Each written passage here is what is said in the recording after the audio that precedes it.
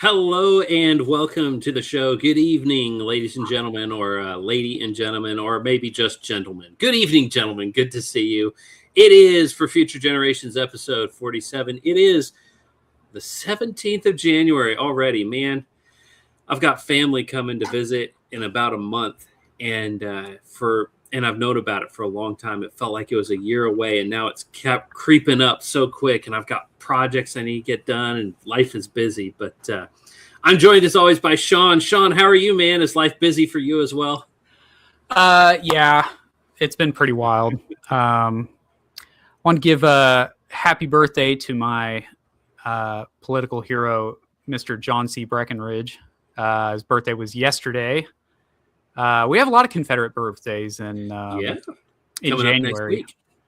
Yeah, we got Leon Jackson is coming up over the next couple days, I believe. There's just a bunch in there, but yeah, John C. Breckinridge is my guy, number one Confederate guy. So happy birthday!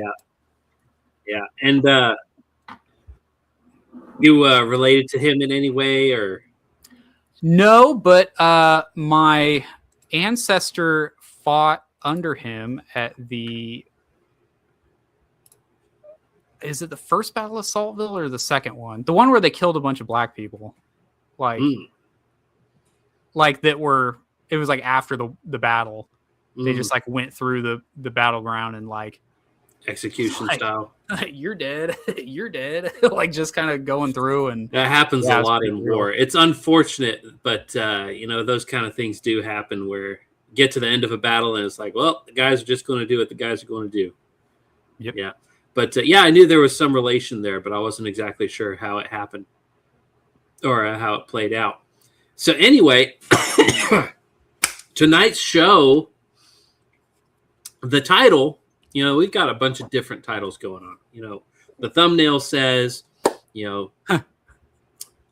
thing, and then the title says another. Trying to play with the algorithm, kind of do some clickbaity type stuff. Africa time, is IQ racist? But this entire thing was, this episode is sponsored by Weird Videos on Twitter. But Sean brought up something that, yes, I've seen it before. You've probably seen it before. But this idea that there is such a thing as African time, right? That not only do Africans on the continent, meaning Africans, not African Americans, but Africans and Americans think differently about time in our day-to-day lives, but we actually have a different theoretical conception of time. Or one party has a theoretical concept of time and the other just kind of doesn't. But anyway, this was kind of brought to the attention of a lot of people by a video that was shared by a fellow who goes by the name of Ho Math. And if you don't know Ho Math, give him a look. But he shared this video from this young African girl. Good-looking, intelligent-seeming young lady, but a bit worrying when you think about some of the conclusions that she comes to. So unless, Sean, you want to give an introduction, I thought we'd just dive right into this video. I did. I had a very, very interesting introduction that I'm going to read right now. Okay. That I think applies. Dive in. You ready? Taking away the moments that make up a dull day, you fritter and waste the hours in an offhand way, kicking around on a piece of ground in your hometown, waiting for someone or something to show you the way. That is, of course, the opening lyrics of my favorite Pink Floyd song, Time, which is just, I've listened to that like a million times this week. Like it's got to be like a top 10 of mine all time. Like it was on the first Burn CD I ever made. Like it's just a great song. And the lyrics of it are very relevant because like as she was speaking about her conception of time and, putting this like philosophical filter over these ridiculous thoughts, I was just thinking about this song. It's like, it's just like a like she's not all there, which, well, you could argue that with IQ, but we'll get to it when you actually in a way, it's almost worse than that, because it's justification and rationalization of an unjustified irrationality. Mhm. And that really just it's doubling down on bad decisions is really what it is. All right, so without further ado, let's dive in and hear what this young lady has to say about the concept Africans have of time. What if I told you that for many African societies, the concept of the future doesn't exist, and that instead of time moving forwards, time actually moves backwards? This was the work of Can you John pause Beatty, it? one of Hold on, Kenya's hold and on, Africa's great. hold on. First off, Okay, I don't know if I don't think the beat No, is it's original. not originally there. Okay. Somebody added that. Somebody Okay, so added that. Yeah, let's start Okay. it over, because that's She lives in Africa. They probably don't have smoke detectors. Okay, they live in concrete houses. It's a very different kind of thing from here. But with that said, yeah, there you go. Actually, you What know if what? I told you that from many it again. So Uh-huh. just that's a nice spot. The first thing she says. What if I told you that for many African societies, the concept of the future doesn't exist? Yeah, we know. We've noticed, actually. You act you don't like that. You don't think in matters of the future. This, and I'm going to say this now just because it doesn't really get into this later, but like this is a concept that I first saw on a 4chan post. I haven't actually been on like legit 4chan in like 15 years or something like that, but you see screen caps everywhere. And this guy was saying that when you have someone like Michael Brown, not James White's buddy, but the black guy that got shot. Okay. I think I believe he was the hands up, don't shoot guy. I don't remember. He robbed a liquor store and then got shot for it. And then grabbed a cop's gun. Yeah, he did and something. Then, he grabbed the cop's gun, and the cop's gun went click, click, bang, because they were wrestling over it. And then the news said he said hands up, don't shoot, and got shot with his hands up, which never happened. Right. They were in a fight over the gun. Yeah. The 4chan post I had said is like when the mom goes on TV and says he didn't do nothing, she really means that, because for them, they don't have a concept of their future self. So the guy from 5 seconds ago who grabbed the cop's gun is not him. That's a completely different person. I'm who I am now. This guy is, that's his decisions. I'm literally in this moment. I'm like a goldfish. I don't have a memory of the last 5 seconds. So I literally didn't do anything, because it's taking the concept of, if I knew then what I know now, and then ex post facto overlaying it onto your previous self. It's kind of like the reductio ad absurdum of, if a man steps in a river, it's never the same man. It's not the same river. It's not the same man. It's like, telling these people, if you run away from the cops, you are going to get shot, is often an exercise in futility, because they can't counterfactualize. Right? It's the breakfast question. Like there was a documentary of some kind that was talking about, it was people in Africa, and this guy, I think young African man, he like threw a bunch of eggs off of the top of a building, just like threw them off there because he was entertained by it. And they were like, well, what are you doing? Like, you have to eat that, or else, you'll die. You won't feel good. And he said, well, that's, hunger is a problem for tomorrow, but entertainment I receive for throwing the eggs off the building satisfies something I need right now. Yeah. So there's no, like, how ridiculous. There is no delayed gratification. Yes. And so we understand you don't have a concept of the future, because you don't live as if the future exists. Like, you live as if all that matters is this present moment, and you can do the Madden thing where you're losing, and so you just like sign out and I guess I didn't lose. I didn't lose because I signed out, and oh no, my internet connection went out. You know what I mean? That kind of thing. Like, yeah. Well, and I just wanted to lay that groundwork. And when we're talking about African time, remember, Africa is a continent, or most of a continent, because North Africa is kind of a different thing. And then, in the Cape, you've got white people too. But for the most part, Africa as a continent is full of people who have been starving to death for all of human history, who have never been able to feed themselves. And that kind of consistent problem is not brought about by socioeconomic factors. All right. You do not starve to death for 5,000 years continuously without the help of outsiders because of socioeconomic factors.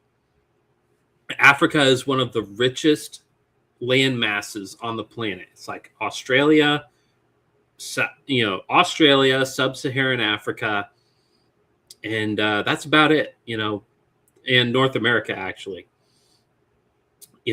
Africa, North America, Australia are the richest places for food, for nutrients, for minerals, for ores. And Africa still is largely undisturbed because of just how massive it is and how difficult it is to get the things out of Africa, not because of the environment, but because of the people. So with that in mind, let's actually start the video. Many African societies, the concept of the future doesn't exist, and that instead of time moving forwards, time actually moves backwards. This was the work of John Mbiti, one of Kenya's and Africa's greatest philosophers, and in 1969, he wrote something that completely reimagines the way we think of African time. Mbiti says time is a two-dimensional phenomenon with a long past, vibrant present, and virtually no future. Using Swahili words, he describes the two dimensions of time. The first one being sasa, the now, the recent past, and the immediate future, which can be experienced. The second dimension is zamani. Zamani is the vast, endless past where all events eventually go on to live forever. But the future in Africa. So keep in mind, there is the immediate future, like I can reach out and touch something. That's immediate future, but there is no long-term future. Okay. And then there's a distinction between that, the present and the immediate future, and the distant past. If I just did something, that's different from if I did it yesterday. Why are you still mad, bro? I did that yesterday. Why are you still mad, bro? Have you ever had somebody tell you that? That is this thinking. That's what's going on. The other aspect of this that really blew my mind when I listened to this is when she says, like, oh, this African philosopher in 1969 reimagined the way that we think of African time.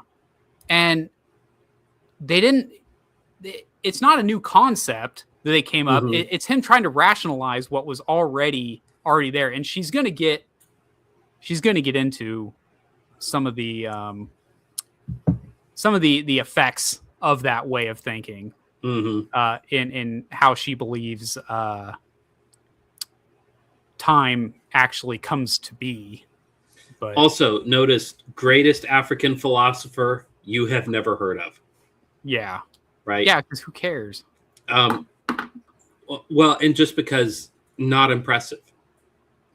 Right. Yeah. He managed to explain something about Africans that we can't comprehend because we don't think like that, because we actually think better than that. Yeah. But if you think about, what is are you Chinese, Sean? I mean, maybe you're holding out on me, but am I Chinese? No, we're not Chinese, either one of us, but I bet we could tell you at least one Chinese philosopher, if not two or three. Right. I mean, Sun Tzu. Yeah. Practically every European who has any understanding of military history knows who Sun Tzu is. Yeah, I've actually read Sun Tzu. It's actually like very good. Like Art of War, good book. Very interesting stuff. Yeah, the concepts are not necessarily novel, but the way he tells it is very good. Yeah. And then when it comes to European philosophers, Greeks, Germans, French, but that's the culture we come from, so we know it. But it's like greatest African philosopher, you've never heard of Mbiti. Because what has he done that has affected your life? Nothing. Augustine might be the. Augustine was a Latin. He was not an African. Yeah.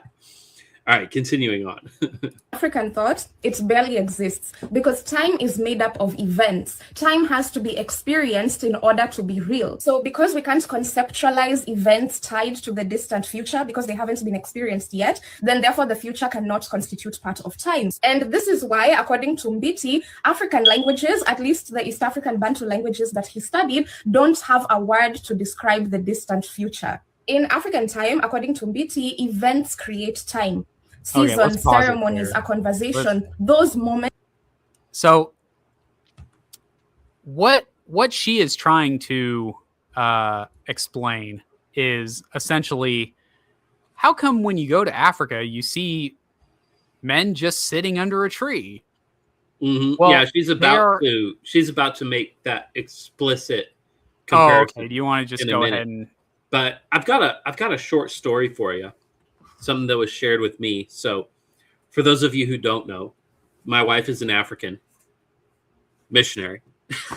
She grew up, or she was a little kid actually, in Cameroon, and her parents were missionaries there. They're both Americans. They were missionaries to Africa.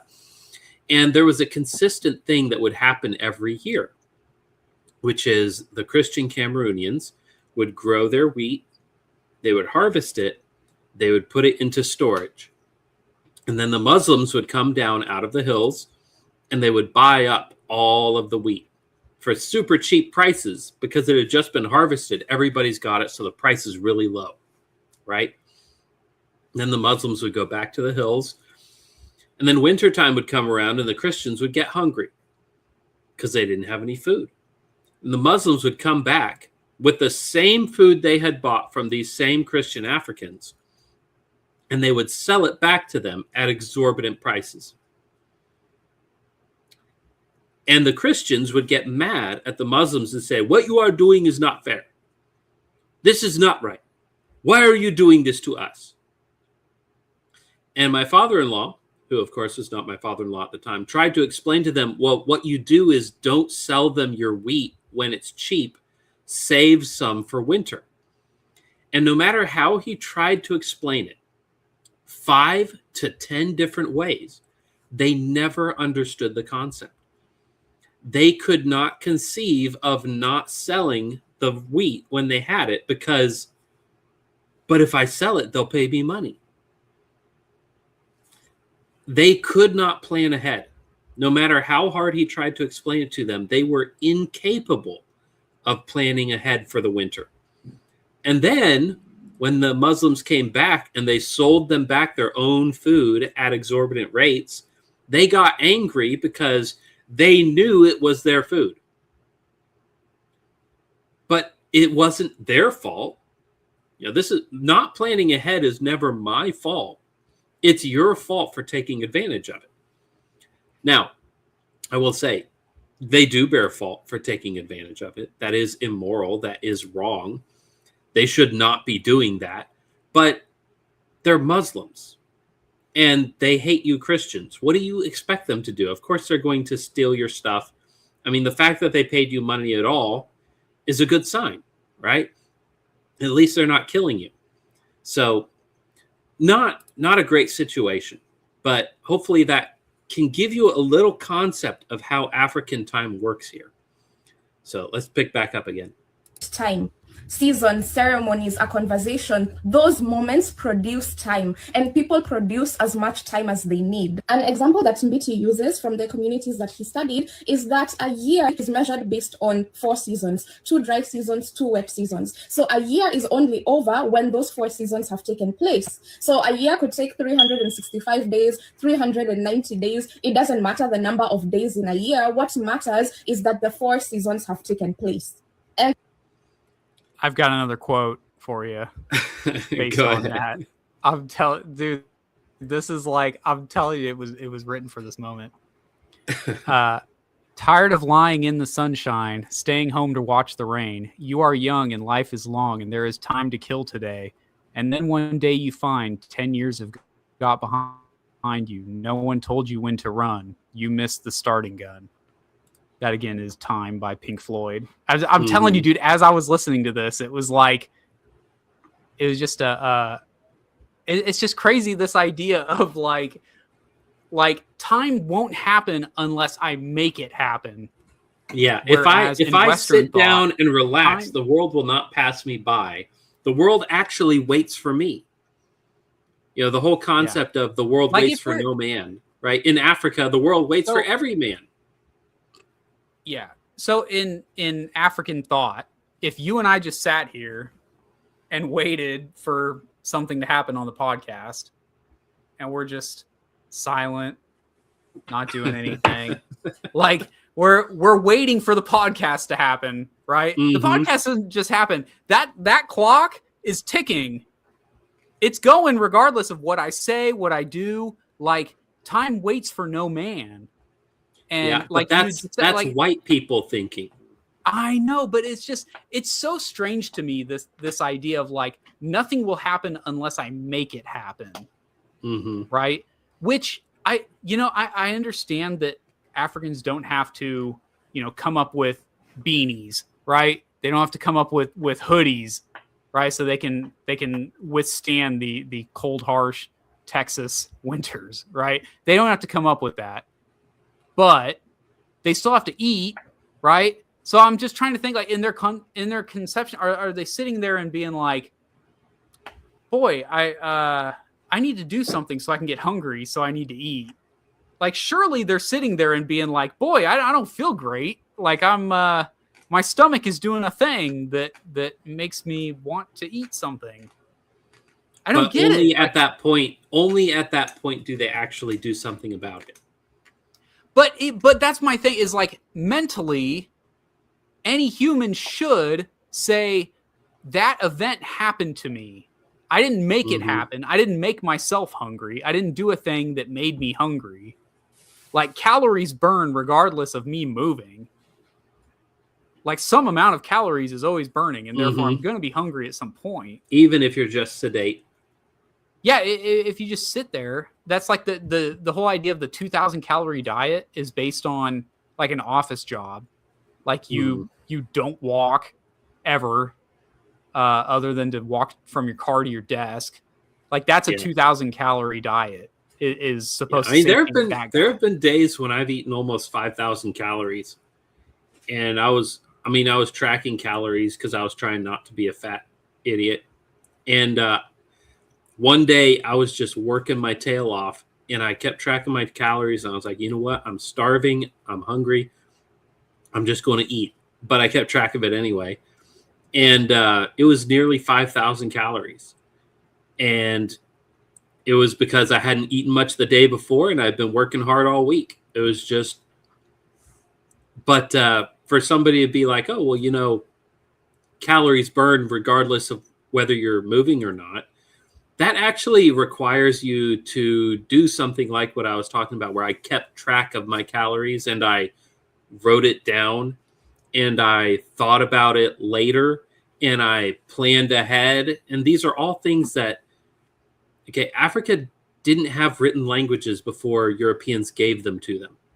Europeans literally gave written languages to Africa, and the wheel, by the way. So these people were not writing things down. There is no history of Africa because, in Native America, you had traditions that were passed down father to son and generationally. And in some tribes, you did have written languages, although most did not. But they still had a very rich history. When Europeans got to Africa, it was empty.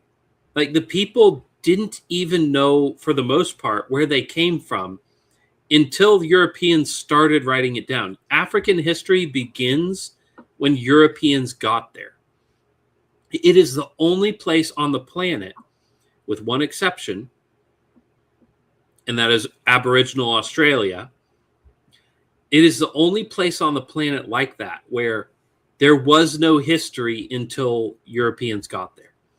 South America had written languages, had colossal structures, pyramids as big as the ones in Egypt, only slightly smaller than the greatest pyramid in Egypt. North America had mounds, burial mounds. They had people living in structures, log buildings. Some of them had written languages. They had government structures. Africa is the only place on the planet where they literally have no concept of themselves in the past. And because they don't have that, they don't have a concept of themselves in the future either. They simply exist. And they feel good about it. You know, if I'm sitting here doing nothing, no time is passing, there are no consequences for that inactivity. Nothing happens until I do it. And you wonder why Africa is the way it is. So I had a boss who used to say, you know, we'd drive around a lot when I was learning the business. And he'd be in the driver's seat and I'd be in the passenger seat, and we'd drive by somebody who obviously didn't have their life together.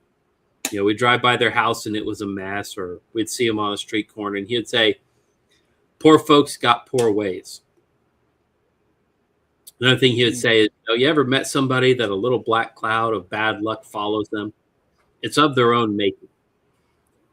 You know, the reason that a lot of nations are poor are because they have taken actions that make them poor. And that's true of broader people groups as well. The reason Africa is poor is because it's full of Africans. And that's going to be a hard thing to hear and a tough pill to swallow. But there's good news later. And I will get to it, but we'll get to it later. And this is in contrast to the Western view towards time, where time is a commodity, something that can be spent, saved, wasted, or lost. And according to Mbiti, this is why if foreigners come to Africa and they see people sitting under a tree, they would remark that, okay, why are these people wasting so much time? But in African thought, that sitting under a tree is not wasting time. It's either waiting for time or producing time. For me, I think this Western idea of time as a commodity is what drives this Western obsession of progress, development, and some promised future. And this difference shapes everything from politics, economics, to how we live our daily lives. Because in African thought, the golden age isn't in the future, it's actually in the Zaman. According to Mbiti, Did you catch that? In African thought, the golden age is not in the future. It's living in the moment. That explains all of African thought and why they are the way they are. Because they live in the moment. Is the Zamani supposed to be the... Are you sure that's the present? Because I'm looking at... According to me, the future is only a shadow until it comes to the present, and then it flows into the Zamani. I think she was saying the golden age is in the past. I think that's what that's supposed to mean. And this difference shapes everything from politics, economics, to how we live our daily lives. Because in African thought, the golden age isn't in the future, it's actually in the Zaman. According to Mbiti, the future is only a shadow until it comes to the present, and then it flows into the Zamani. So in that way, time moves backwards. So when it becomes the present, it becomes the Zamani. Zamani's the past. I just looked it up. Oh, is that right? Yeah. And So then that they're always she's trying to saying get that back it, into it. yeah, she's saying that like a thing passes from the future to the present to the past is what she's saying. And like the golden age is behind us, so we're not like waiting for We have no something. aspiration. Yeah, exactly. Like we just basically talk about like, yo, remember when things were good? No, because we didn't write it down. I don't remember that at all. Like, but it was good. I'm sure there was something good back there. It's just such a. There was a thing before that though that she was saying that just really. Oh, that's a bit far back. Yeah. Oh, the idea of creating time. That's so. It's so foreign to rational thought. The idea of creating time, because time is the one thing that it moves beyond what you're doing, right? Like there's no. I'm trying to think how to even. And it's just How would it you is even one explain of this? it is one of the few things that you cannot do anything about.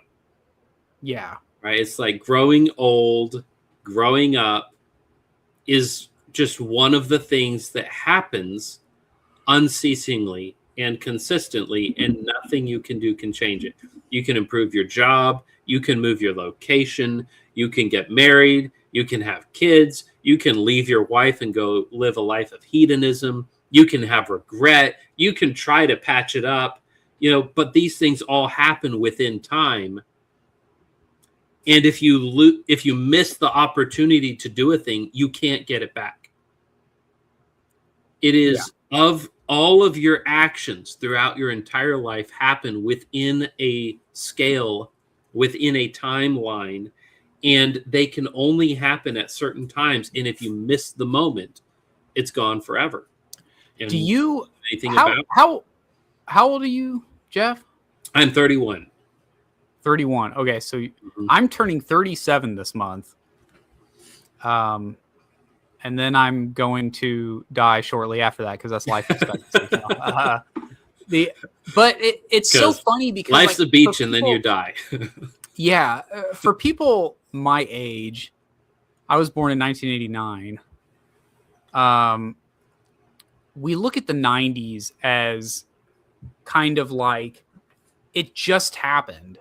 And I think it has to do with the math of the year 2000, because the year 2000 kind of became this thing where you would measure when something happened. And so when people say what was 10 years ago, it's kind of like it's always, oh, well, 10 years ago was like the year 2000. Yeah. Right? I was last weekend we didn't have a show, and I was hanging out with some friends down in South Texas, and one of them was sitting with me, and he said something that was very simple and yet very prescient. And what he said was, how old is your dad in your head? And when I think of my dad, I think of my dad as being 32 years old. And I am now 31. And what he said to me was, he's about your same age. He's about 37, something like that.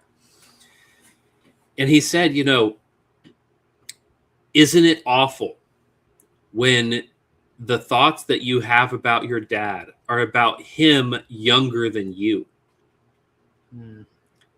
Anyway, he had a little much to drink and was being a bit pontificatious, but out of the mouths of babes, he really laid that one on me, and I wasn't ready for it. I wasn't ready. My dad would have been 37 in 1997. Golly.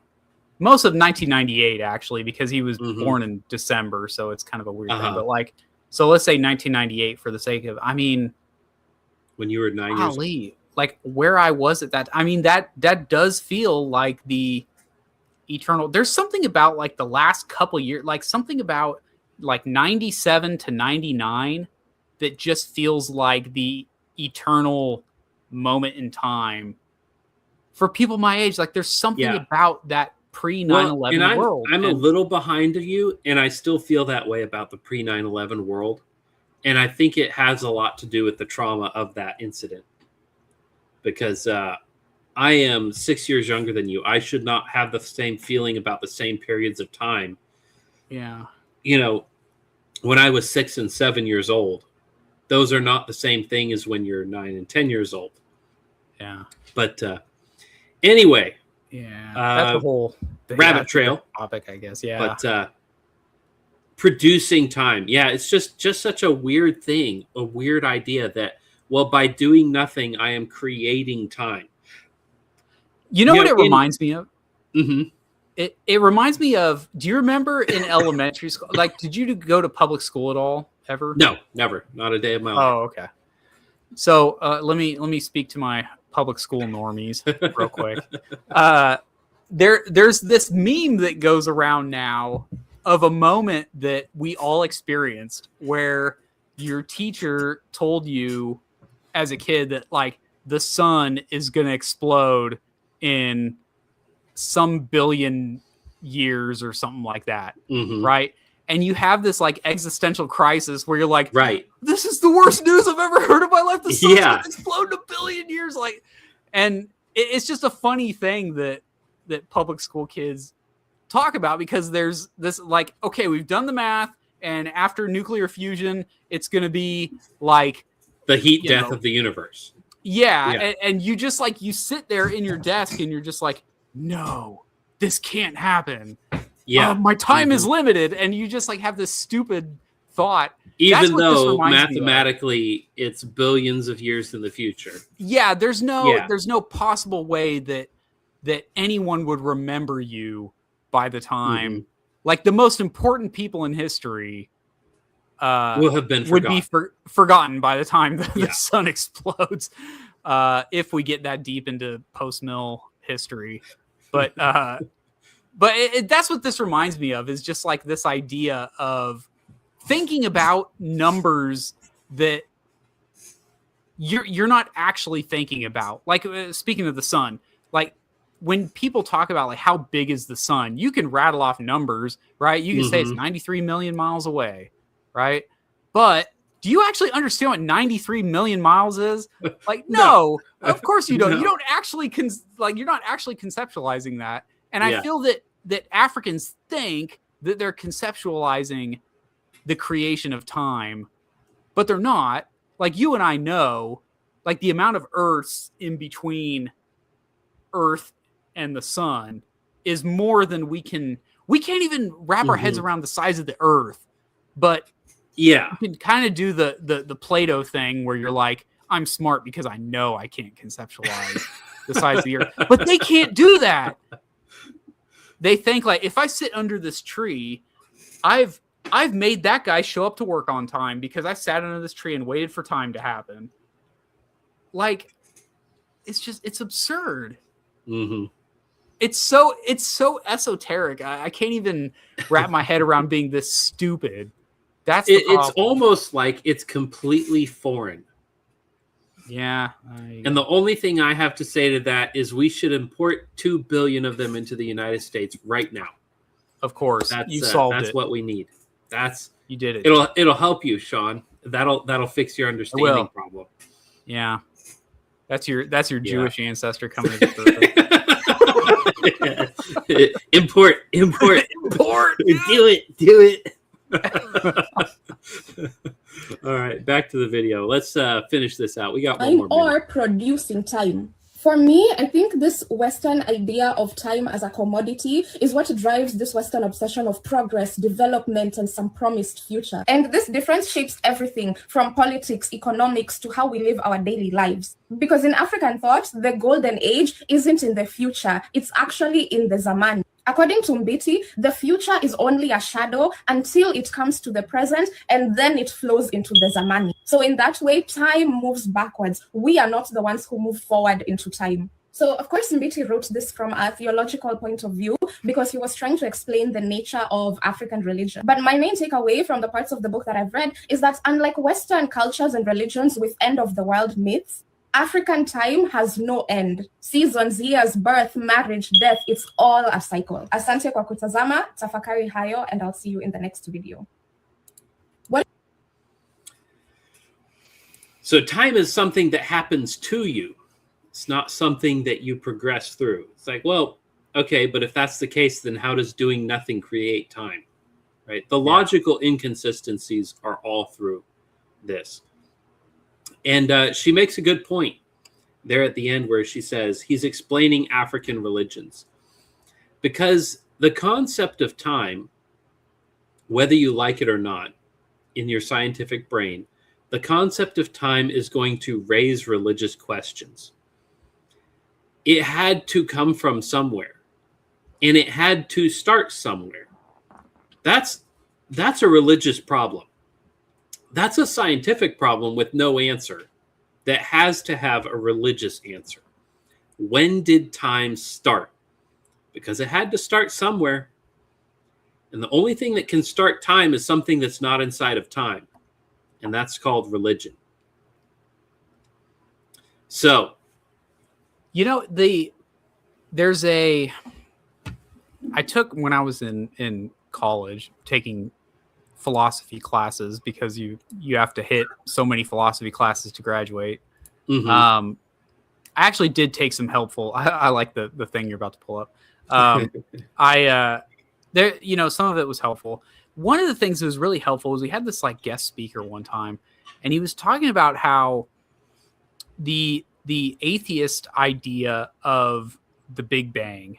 So like, obviously there's the Christian idea of the Big Bang is like God said bang and there it was. And it, you know, everything spread out from there and it makes sense. Yeah. Right. Like from a strictly creationist, literal interpretation of the first couple chapters of Genesis, like that makes sense, right? Like that's why the universe is expanding. Is God did this, and when God set them in motion, they were in a place, and they are continually expanding from there.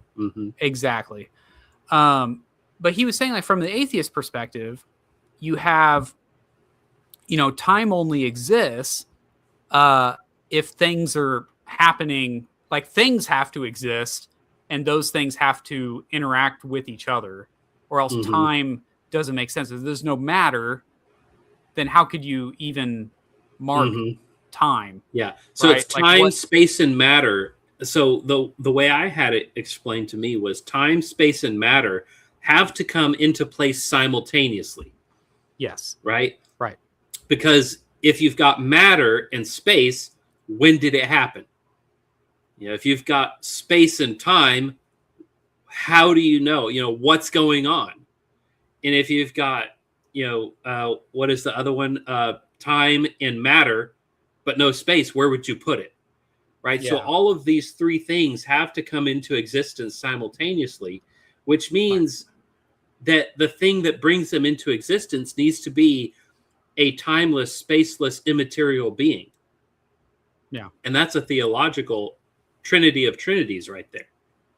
Well, and so what he was saying was that the problem with the atheist conception of the Big Bang is that you have no matter, no time, no space, and then something changed that. Right. Right. So that's their dilemma. Right. But what I was saying about if you don't have those things, time doesn't happen. That might sound inconsistent to people who heard me say earlier, where I was saying time just happens regardless of things happening, right? Yeah, but that's subjective versus objective. Well, but here's where the Christian worldview comes into that. If you listen to, or if you're familiar with the hymn "Great Is Thy Faithfulness," that second verse is my favorite verse, but it's the one that people will skip. Like if they add the John Piper ones, they'll usually remove that second one. And oh boy, I'm trying to think of the first part, but it's like sun, moon, and stars in their courses above sing with all nature in manifold witness manifold to witness. thy great faithfulness, mercy, and love. So there's this idea that and this goes to something we said 2 weeks ago in the last episode, that faithfulness and loyalty are like the same thing, and belief, it's all the same etymologically, it's the same idea. And God's faithfulness is like a consistency. He is faithful to the plan of what's going to happen. So in 24 hours, the sun is going to be in the same place that it was 24 hours ago. You're going to have consistent seasons, to the point where the ancient Greeks would look at the stars and they'd say everything's consistent except for these wanderers. It's like stars that move in a different thing. And so they named them. Yeah. So their word for wanderer was planet. And so they called them planets. They didn't understand at the time that these were in a separate system, but they were like, well, that moves differently than the rest. So it was so consistent that they could say, oh, well, then, these stars the moon's going to go through this constellation, and that's going to be this astrological sign, and that's the season. And so even though it is mid-January and it's only now really getting any amount of cold in Texas, we can still say, well, wait a second, it's still, was it 17th? 17th. It's still January 17th, regardless of how cold it is or how wet it is or dry or whatever. Yeah. I mean, we haven't had snow yet. So to an African, it hasn't been winter yet, right? Yeah, it hasn't been winter. But, I mean, how do they do birthdays? I mean, that's a whole other thing. But, like, they don't.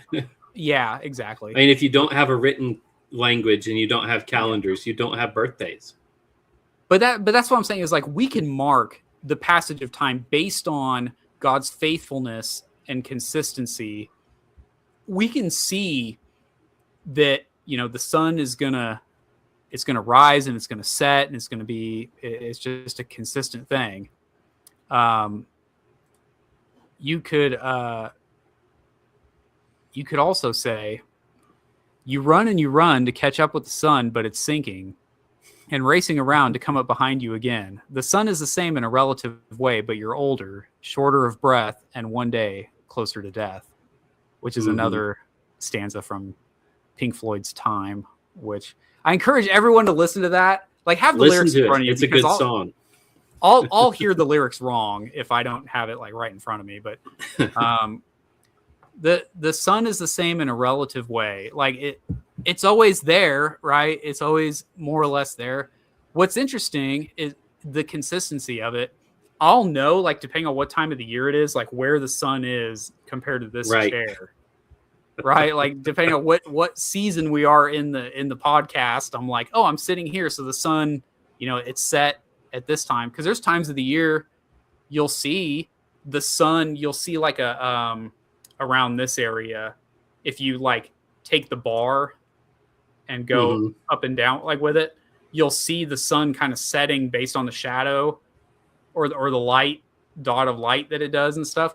So like it's all consistent. Time is passing because God has created that into his own creation. Like it's all consistent. It's all happening.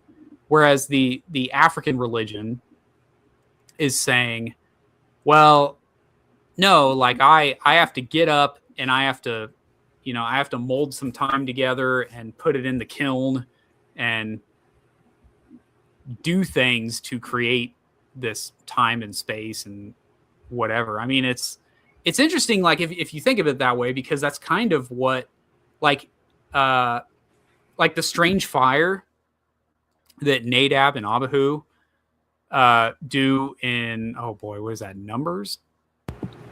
It's been a little bit. Is that Numbers when they do it? Okay. Yeah. What they're doing is a ancient Near East like wake up ritual. Like, oh, time to wake up the god so that the day can happen. And that's the strange fire that they're offering. And I got that from a professor in school. He was which is also why God was offended. Right. Because he's like, well, I don't need you to create time. Like, Yeah, I you don't create have to time. wake me up. I don't ever sleep. Yeah. Yeah. I'm I create not and like these sustain other time. gods. Mm-hmm. Yeah. Mm-hmm. So it is very interesting. I mean, it says a lot to the, a lot of Stonechoir episodes would make reference to the idea of like generationally, you're like piling on the stupidity by your demonic so-called gods. Like you're making every generation dumber by thinking that God has to wake up in the morning and put Folgers in his cup to make time happen and all that kind of stuff. Yeah, it's a degenerating influence. Yeah. Yeah. Anyhow, had this slide to show because I think it's relevant. This is from a children's book. It's a picture of a little cottage. There's a hole in the roof, and it's raining. It says, Haggis has a hole in his roof. He never fixed it because on rainy days it is too wet to work, and on sunny days it doesn't need fixing. And sure enough, there it is. When it's raining, he's hiding in the corner so he doesn't get wet. When it's sunny, he's out on his roof on a ladder, just enjoying the sunshine. But he never fixes it because the future Haggis doesn't exist. See?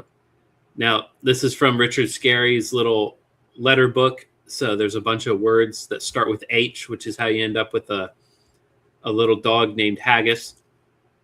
But, this is a concept that is familiar to every society. You will have some people, some minority of people, who will have this attitude toward themselves. Oh, well, I'll fix it tomorrow. Well, I can't do it now because the conditions aren't right. Well, I mean, I don't have to do it now. I'll do it later. And then it never gets done. The problem is in some societies, that is no longer a minority, and it is now how everybody thinks. When that happens, you get crab bucket behavior, where if you're the one person who fixes things, everybody else gets mad at you and takes your stuff because you're the only person with nice stuff. And it's not right that you've got all this nice stuff when we all have to be poor. And so you get this downward spiral in Africa and in nations like Africa or like African nations, where if you try to improve yourself, if you try to do what's right, you will be punished for it because you have to be poor like everybody else. So, anyway, very fun thought. And with that, attention. If you or a loved one was diagnosed with mesothelioma, you may be entitled to financial compensation. I don't know. I just felt like throwing that in there. You know what? You know why you felt like throwing that in there? Because, for me, it feels like everything that happened roughly after, I don't want to say like 9/11 was the moment, but something like within 5 years of that, stuff felt less legitimate. Mm-hmm. And the example I'll use is like baseball. When I think of like World Series champions up to that point, somewhere around 06-ish, things started feeling like, well, yeah, that's like the new age baseball. Like that's not as good as like real baseball. Yeah. Yeah. Like, the first 100 years of baseball or whatever. Mm-hmm. I don't know what that is, dude. Sometimes I feel like I'm locked in that mindset of like 1997 to 1999, somewhere around there. And I feel like everything after that was less legitimate. I think a lot of people feel that way. Just maybe it is 9/11 that caused that. Yeah, I think it is. I mean, when I think back to my childhood, my 7th birthday was one of the highlights of my childhood. I got a bicycle and the Spider-Man computer game, and not the side scroller, but the 3D. Required. It was a proper video game, and it was crazy. I mean, just amazing that, technology had reached a certain point. The whole skater culture thing. The bike that I got was a stunt bike. So I would do stunts, I would pop wheelies and I would hop around on the tire and stuff because, that bike is probably still somewhere. My dad probably has it somewhere. I should ask. But, it was like that was a 90s thing, skater culture and video games, were just taking off right about then. And then 9/11 happened and it just kind of took the whole energy out of it. I mean, it just felt numb for like a year. My big like when I try to think of like my favorite day of all time, I guess would be, I don't remember exactly which birthday it is. I'm sure I could nail it down, but it was around that time. And I got like the Nintendo 64 Rumble Pack was like the new thing. Do you remember what that was? Like, were you old enough to know?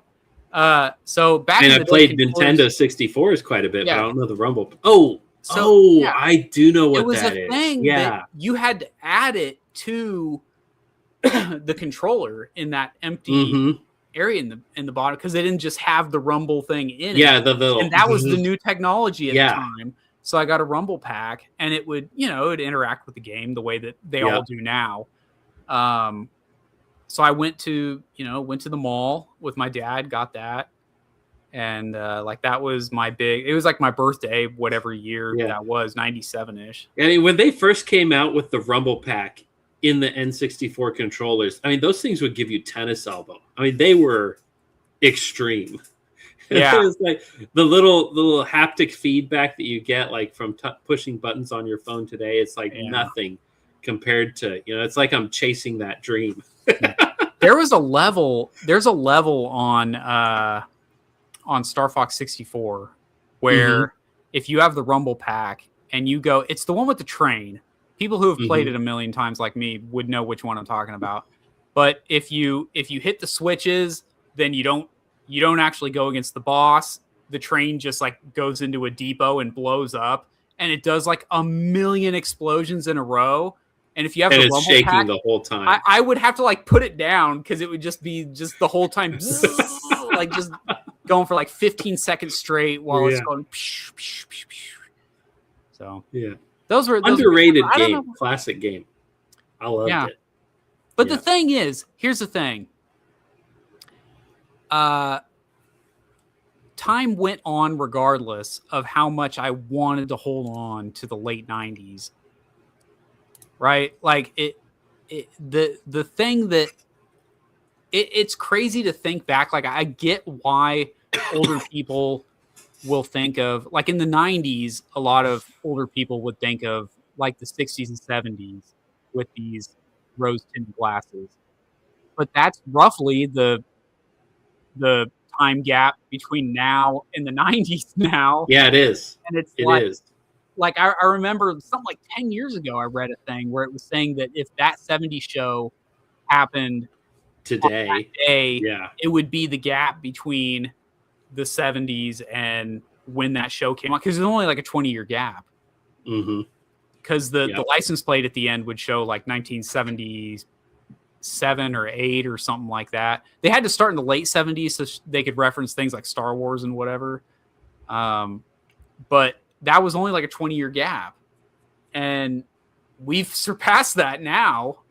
So I don't know. I don't know why. Just when I think about like time, like the concept of time and the passage of time, like it happens regardless of how you feel, how you want it to slow down, but it doesn't. I have not hit that age where I wish my kids would stop aging. I don't know that I ever will. I feel like that's a really weird thing that people say, like, oh, I wish they would slow down growing up. Like, I would like to see my daughter become a woman and my son become a man. Like, I don't want them to be useless. To be perpetually children. Yeah. Yeah. Like, what? Yeah. I've known some people who are perpetual children and I didn't like them. Yeah. I don't want my kids to be like that. Yeah. I mean, it's a bittersweet feeling though, when it's like, you hear your kid pronounce a word correctly for the first time, you're like, well, I'm never hearing it wrong again, you know, and never going to hear that cute little voice say it in the wrong way again. But at the same time, it's bittersweet because it's also sweet because you're starting to hear their natural voice. You know, they're growing into what they're going to be for the rest of their life, and that's a good thing. All right, with that said, let's get into the comments. We'll hit some comments and then we'll get into part 2 of this time show, which is going to be more about IQ and stuff. Very, very fun. But let's see, we've got Yellow Moth commenting on the title of the show. He says, if IQ mattered, Jifwa is in trouble. Yes, fact check true, Yellow Moth. Quote, my wife is a frickin' missionary. Yeah, I'm not sure what you're trying to read into that, but mind your business. He says, were the Muslims a different race? Yes, I believe they were. It was a different race. They were both sub-Saharan Africans, but they were a different tribe anyway. And then Time is a fantastic song. Tube Man. One of the best all-time. Tube Maven. Tube Maven. Tube Maven, 1983. Time is a fantastic song. Yeah. Yellow Moth. Fun fact, Australia has to have PSA telling Aboriginals not to drink gasoline. Yeah. Yes, in our previous work. We showed that video. Yeah, it's pretty wild. He says that's how retarded they are. That's not even the most retarded one. The most retarded one is the one, don't go to sleep in the middle of the street. Yeah, don't fall asleep in the road. You might get run over by a car. And I guess it's like, you know, sun goes down and there's a cool wind, but the asphalt is still warm. So they fall asleep on the asphalt and get run over. I mean, a lot of people saying that it's drunks doing it, but still, it's like, even when guys I know are drunk, you know, I don't think they're dumb enough to fall asleep on the highway. Yeah. But just wild. Yeah. Check for Tunnels says, instead of being a concept that exists absent anything or anyone, time to them only exists in reference to themselves. Time exists when they do something, when they create it. Yeah, and that was the point I was trying to make with objective versus subjective. You know, to them, time is subject to their own existence. Whereas to a European, time is objective, and they are subjects to the existence of time. It's just a completely incorrect way of understanding the way time works. Let me give I have a example of that way of thinking, because I almost went into that myself. So when I went to basic training for the Army, and I think I didn't come back to America until I was already at my duty station, and then I had some leave. Like I had gone away for a bit, and then I went back. And in my mind, I had this idea that like everyone else's life was just going to pause and wait for me to come home. But it didn't. And the moment I came back home, I'm like, man, everyone else moved on.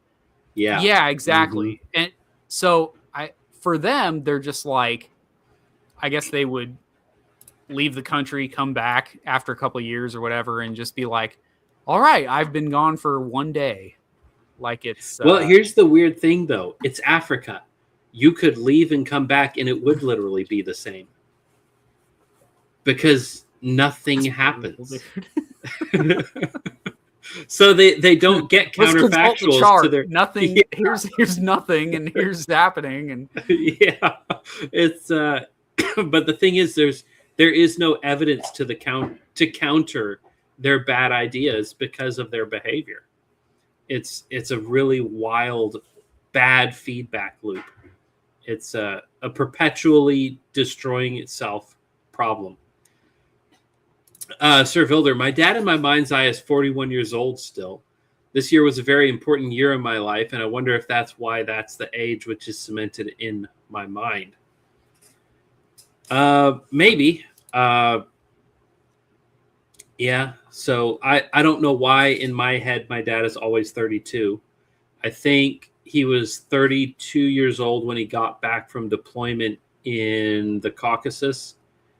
And so he had been gone for a huge portion of my life at that point. And then after that, he was home more than he was gone. I think that was his last deployment until Iraq in 2005. So it was a big change in my life where he was finally home more than he wasn't. And yeah, I can see why that would make me constantly remember him at that age. Sir Vilder, while I didn't go to public school, I did have the sun is going to die, my world is ending moment. Yeah, and it's like you were saying, Sean, it's weirdly bizarre because it's like, well, but that's obviously not going to happen to you personally, right? Like, but how does this affect you personally, right? That whole thing. But you still feel an existential thing. You know, everything I love will eventually be destroyed, and I feel bad about it. It's like, well, I will say this. It was probably around fourth grade-ish that I first received that awful news. You know, like one of those spouses in World War II where the soldier shows up at the door, like, the sun is going to die in a billion years.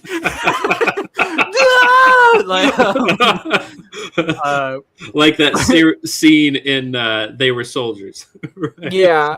And but it was a couple years before I became a Christian, and I think that in some way in my heart of hearts I was like, what do you mean eternity doesn't exist? That can't be true. Yeah. And so at that time I didn't have the concepts to be like, okay, yeah, the created universe ends, who cares? Mm-hmm. Right? You know what I mean? I didn't have that at the time, and so it was just like I won't have descendants living into, you know, 100 billion years or whatever. Yeah. Mm-hmm. So I think that was partially what was going on. Mm-hmm. Could be. Check for tunnels again. It's more likely no one in Africa ever thought about any of this at all. And then in the 1960s, an African philosopher had to make all this up to save face. I will not say that it is more likely, but Z, that is certainly a possibility. It is distinctly possible that literally nobody ever thought about this at all. And then one day Europeans showed up and asked some questions. They're like, darn it, now we have to come up with a theory about it. Yeah, like, actually, that is not the way my people think about time. Yeah. The thing is, I don't think that's the case. And the reason is because they've acted the same. And the theory underlying it doesn't have to be rational to be the way they understand it. So I'll give them the benefit of the doubt and say, yeah, they think about time this way. Sir Vilder, time is something that happens to you even while you do nothing or you take advantage of it. Yeah, whether you do nothing or take advantage of it, time happens. Christian imperialist, the time is the true god of atheism. Through time, all things are possible. Right? Yeah. It's like a friend posted on Facebook a meme of, you know, these two land mammals, and one of them's like, I'm going to go back into the water and eat fish. And then, you know, 250 million years later, there's a whale and a deer, and they're talking to each other, and the deer's like, what happened to you? And the point of the cartoon was just like, haha, isn't that funny that weird things happen over billions of years? And the point of everybody that was in this little echo chamber where the meme was shared was, can you believe some people are stupid enough to believe this? Like, through time, all things are possible. Yeah, that is precisely what they believe. It's like, well, given, you know, if we had enough monkeys on enough typewriters, eventually we would get the works of Shakespeare. And the fact is, no. You could have an infinite number of monkeys on an infinite number of typewriters, and you will never get the works of Shakespeare on a single one of those typewriters, not even a single sonnet. And that is because order does not arise out of disorder. It doesn't happen. It statistically cannot happen. All right, Yellow Moth. If time is so concrete, then why is a 90-minute children's movie so much longer than Lord of the Rings Extended Edition? Yellow Moth, the world may never know. But I know what you mean. The Christian imperialist Kronos worship for what it's worth. Yep. Yes. That is a very good assessment of what's going on here. Y'all remember when the Smithsonian did a guide to whiteness? Rigid schedules are whiteness. Seeing time as a commodity is whiteness. Yep. That's what's going on here. Is it's you are a racist because you believe in time. That Smithsonian thing put so many like t-shirt ideas in my head. Like that was the first moment that I wanted to have just Protestant work ethic across a t-shirt. Like that was the first time I'd ever heard that phrase, Protestant work ethic. I was like, that goes so hard. Like that. Yeah. I mean, I could see that like a white t-shirt with a red bar and a blue bar and a guy surfing in between. It just says Protestant work ethic. You know, it's like that's a white boy summer memeable little phrase right there. Let's see. We got Johann Gervais 1288 says, "Yep." In relation to Johann, that is a good friend of mine. Good to see you, man. Glad to have you along for the ride. But Christian imperialist, Jeff definitely had an Avril Lavigne poster in his room. No, I did not. I never had any posters of anybody, but if I did have a poster, it would not have been of somebody who did not know how to sing. I was never a fan. But Z says they're not drunk. They just huff some high test petrol and need a nap. Yeah. I mean, it's something like that. You know, whether it's drunk or under the influence, but people falling asleep in the road, just wild.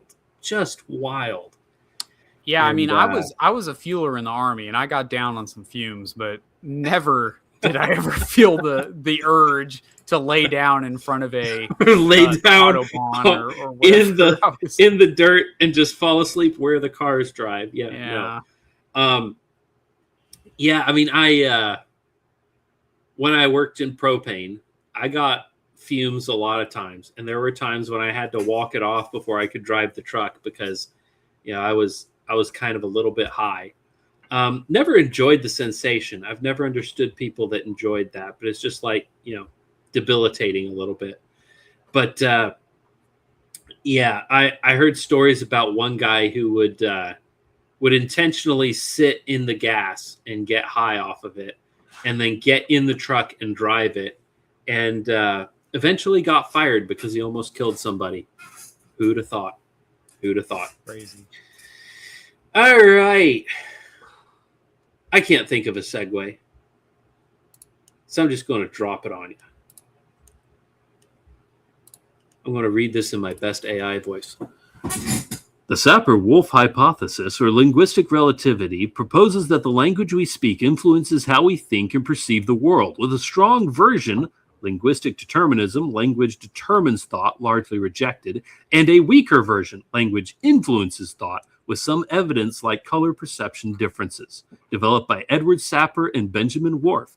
It suggests different languages offer unique cognitive tools shaping reality interpretations, though separating language from culture is a challenge.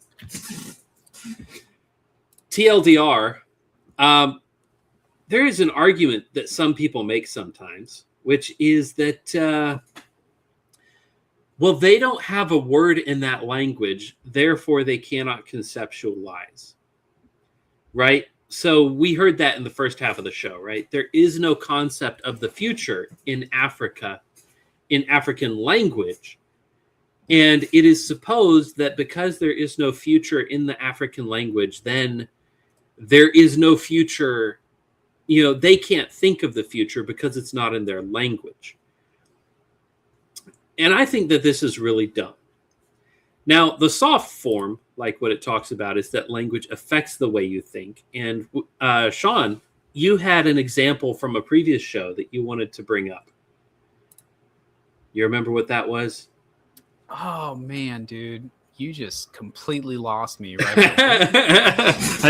I nailed you to the wall. But the idea that Americans think of these things as being separate when really they're the same, which is in Greek, you have faithfulness. Oh, you're talking about justice and righteousness. Oh, justice and righteousness. Yeah. Yeah. So in Koine Greek, the language of the New Testament, dikaios is the word for both justice and righteousness. And it was funny seeing in the 2020 era when someone would share a verse that was supposed to say something about righteousness, but it would say justice, and they would be like, "Oh, this is liberal. This is a liberal translation, right?" Well, no, those two words are the same. Yeah. And it's a great example of, if you read Romans, the Paul's epistle to the Romans in particular, you'll see if you were to take dikaios as righteousness only or justice only, you'd make a lot more connections between chapters of what Paul's argument actually is. But in English, we have two different words, and that comes from the origins that the English language has. So we have a lot of Greek origin words, we have a lot of Latin origin words. People say French origin, but French is just Latin origin. French is just crude Latin, anyways. vulgar Latin. Yeah. Mm-hmm. So, I was saying that to say that, when people talk about like social justice, right? What they think of when they hear justice is a man in a robe banging a gavel. Mm-hmm. That's all they can think I sentence you. Yeah. Yeah, but if you were to say, "Oh, okay, you want to install social righteousness," well, what does that sound like to English-speaking ears? Yeah, it sounds like social justice. Yeah, well, it sounds like all of society acting right, right? Like that's what it is. That's what, like, the word right is the same word for righteous. I mean, etymologically, that's the root of righteous, is just right living. So there is an element of language where connotations can corrupt meanings, and there is linguistic drift where words will start to mean different things, and will, there are examples in language where you'll have a word that means a color, and then it gets attributed to a company or an activity or things along those lines. And so you do have, when people try to think linguistically, when they try to think backwards, their language will affect the way they perceive some words, but it's because the words represent a different meaning through linguistic drift. Not necessarily that there isn't a concept of justice versus righteousness. Linguistic drift has created this idea through connotation that justice is meted out, whereas righteousness is personal. Where in Greek there wasn't that distinction, it was all one. But that's because of a development of language. We haven't lost the idea of righteousness or justice. And the Greeks would have had a concept of righteousness metered out at the point of a sword, and righteousness which was personal to you. Even if they didn't have words for it, they still would have been able to conceive of the idea. Whereas this hypothesis is, well, they don't have the word, therefore they can't understand it. And all of the examples that they have seem to come from Africa. Of, well, in this African language, they don't have the word for this, therefore they can't understand it. And in this African culture, they don't have a word for this, therefore they can't understand it. And my hypothesis is actually they can't understand it, that's why they don't have a word for it. Which seems very straightforward. If you can't understand something, if you can't conceive of something, why would you have a word for it? You wouldn't. And if you're a German and you have a concept and you don't have a word, you're just going to grab 10 different words, smash them together, and boom, new word. People invent words all the time. It is the act of human beings to invent and create vocabulary. So the idea that, well, we don't have a word for that, therefore we can't conceive of it, to me is completely wrong-headed. They're putting the cart before the horse. And the answer is these people don't have words for these things because they don't have the concept for these things.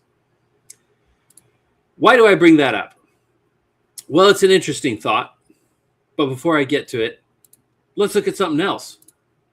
This is from Homath, again, on Twitter. If you do not follow Homath, you should. If you do not understand women, you should. And you should follow Homath. He will help you understand women. He has very good advice. And while I don't agree with everything he has to say about all things, his advice has gotten better over the years.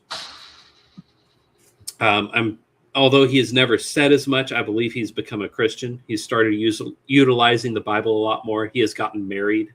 So it seems like he's found the right way, and it's made its way into the kind of things that he says online and the kind of advice he gives. But he has this little video of a beaver.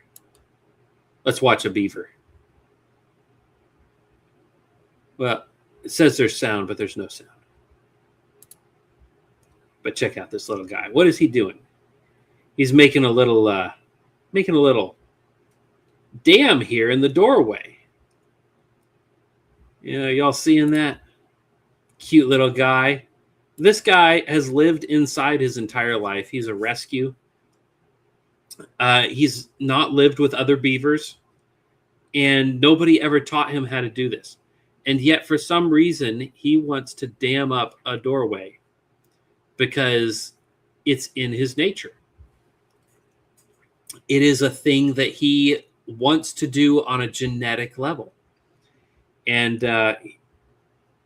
here's Homath's insight. He says, culture is genetic because behavior is genetic. This beaver never saw a dam in its life. No beavers or anything else ever taught it to build a dam. It wants to build a dam because it is a beaver. Many beavers together build a big dam. That is beaver culture. Humans are not different. Nothing is different. This is what life is. This is how life works. Your body is your mind. A caterpillar wants to build a chrysalis. A bee wants to build a hive. A lion wants to build a pride. You are not special. You are not above nature. You are inside of it. The thoughts that we think are genetic thoughts. The crimes we commit are genetic crimes. The art we create is genetic art. Just like this beaver, you can give the animal different sticks and it will build a different dam, but it will always build a dam. And you can give humans different education, but the human will always use it to do what its genes tell it to do. This is the first big answer that you need. This is the biggest piece of the puzzle. This is how to understand people 90% of the way. You just notice what they do and get out of the way and watch them do it. And if they need sticks, you give them sticks. And if you don't like what they do, you have to get away from them. You cannot train dam building into them or out of them any more than you can with a beaver. A beaver wants to build a dam because it is a beaver. Whatever you see people build, that's what they wanted to build from the sticks they got in the river they were in. Stop pretending you can change it. So this is an idea called genetic determinism. And I am a soft genetic determinist when it comes to people. The thing is, like he said, no one ever taught this beaver how to build a dam. There's a bird in Alaska who will lay its eggs. The eggs will hatch, and then the parents will leave. And they will fly to Hawaii. And there is no land in between Alaska and Hawaii. The babies then will learn to fly on their own, and without their parents will fly to Hawaii to meet up with the birds who left earlier in the year. There are 0 adults who have ever been to Hawaii on that trip. Nobody ever showed them how to do it. Nobody left written instructions, and yet every single year they do the exact same thing New hatched babies who have never flown fly from Alaska to Hawaii without guidance, and they always find the island and they always make it back. Behavior is to some extent genetic. All right. Human beings all over the world, no matter what country or nation they are from, build houses and live in them. Sometimes they look like tents, sometimes teepees, sometimes they look like cathedrals, but they all live in houses. Sometimes they look like caves dug out under the ground, but there is a desire to seek shelter from the elements. Right? People will behave the same in cultures in a human way, just like all beavers will build dams. All humans will seek out a mate. Men will seek a wife. That is human nature. We desire certain things and we want them. And then there are differences between different people in what we desire from each other and what we desire from society. And the thing is, genetically, we can observe some of these things in the genome. There are certain elements of the genome that can be traced as more likely to cause you to commit violent crime.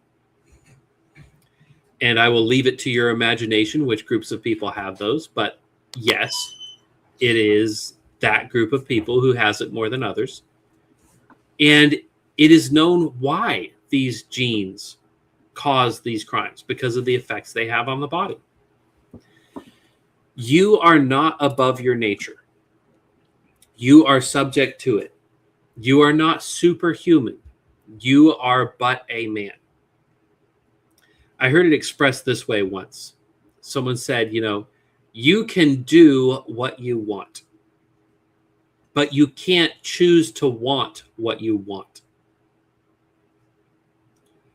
Right? You can do whatever you want or not do whatever you want. But you aren't able to choose what you want to want. You aren't able to choose what foods you like and dislike. Mostly that's a genetic thing. Either you will like cilantro or you will not. And if you taste cilantro and it tastes like soap, you cannot make yourself like cilantro. You cannot cause it to not taste like soap. Are you one of these people that thinks it tastes like soap? Is that a thing? No, I am not, but my sister-in-law is, and that is very annoying because I love cilantro. Yeah. But that is a thing, and it's genetically traceable, and we know what it is. As a matter of fact, the people who like cilantro, they are genetically insufficient, right? It is a genetic abnormality, or a degeneration, rather, that makes you think that cilantro tastes good. Which I am perfectly happy to be a degenerate, at least in that way. I love the little face the beaver makes right there. Yeah, he puts it up there, it falls down, he just looks at it. Oh, what the heck? Man? He's just so you can hear him muttering swears underneath his breath when he watches that thing fall. He's just like, wish I had some wood. Yeah. I'll give you a human example of what you're describing here. Mm-hmm. When people of Scandinavian origin, like my ancestors, came to live in America, do you know where they generally went? For those listening at home, I'll give you a hint. The football name, or the football team, is named after them. It's Minnesota. Minnesota's where they went because they were like, oh, this is cold and awful and an uninhabitable place to go. Let's go there, because that's what we've known our entire genetic history. Yeah. Let's go there. A really interesting one. I'll let people decide whether or not they want to believe this particular one, but in the Pangea theory of continents, the Scottish Highlands and Appalachia are the same range. Yeah, it's the same mountain range. And you have the Scotch Irish, which were literally just Scottish people living in Ireland for a bit before they went to America and Mhm. moved to the Appalachian Mountains. And that's Maybe there's a primarily where reason they that they settled. did that. Yeah, maybe there's a reason Yeah. that that's where they were Felt like, like home. this feels natural. I like this place. Also, the fogginess of the Appalachian Mountains and Scotland are very, very similar. Very interesting that way. In Texas, you have a lot of German communities. Most of them are in the hill country. Germany is very hilly. Yeah, I don't think it's a coincidence that the Germans who came to Texas sought elevation rather than flatness. Of course, the Germans in North Dakota didn't find any of that, but you take what you can get. But anyhow, on this idea of behavior being genetic, we have twin studies. Sean, have you ever heard of the Minnesota twin study? No, not that particular one. I don't think so. No, it was very in depth. Multiple different twins who were separated at birth and raised separately, and essentially what the conclusions of the test were is if you came from a family of doctors and lawyers and such, you would grow up to be a doctor and lawyer and such, even if you were raised in a family that was not doctors and lawyers and such. Genetics seems to be about 80% heritable. Or, not genetics in general, but specifically IQ, intelligence, seems to be about 80% heritable. Some people say as low as 30. Nobody reputably really can drag it below 70. But 80% seems to be where it's at. If your parents are smart, you are almost guaranteed to be smart. If your parents are dumb, you are almost guaranteed to be dumb. And, identical twins raised apart showed IQ scores nearly as similar as those raised together, leading to the conclusion that genetics significantly determines intelligence. Beyond IQ, twins reared apart shared similar personality traits, vocational interests, and even habits such as smoking. While emphasizing genetics, the study also acknowledged that intelligence isn't purely genetic, with some evidence suggesting environmental factors and even genetics influencing the environment. So it is hard to distinguish between genetics and environment sometimes in these studies because poor people have poor ways. You remember that phrase from earlier? In Africa, they do not breastfeed their children for very long, if at all. One of the few places on the planet where breastfeeding is not as common as, where they breastfeed for less time. And breastfeeding is one of the few things that is known to cause an increase in IQ. But point being that sometimes behavior will affect things that affect IQ, but not always. Not always. Some societies where they breastfeed for very long, if I remember right, it's island nations tend to breastfeed longer for who knows what reason. But we don't really know why that is, but there do seem to be effects that come from environment into intelligence. But other than breastfeeding, I don't know of any other things that can positively affect IQ, although there are lots of things that can negatively affect, such as drinking when you're pregnant, smoking to excess when you're pregnant, things along those lines. I've heard that one leading theory of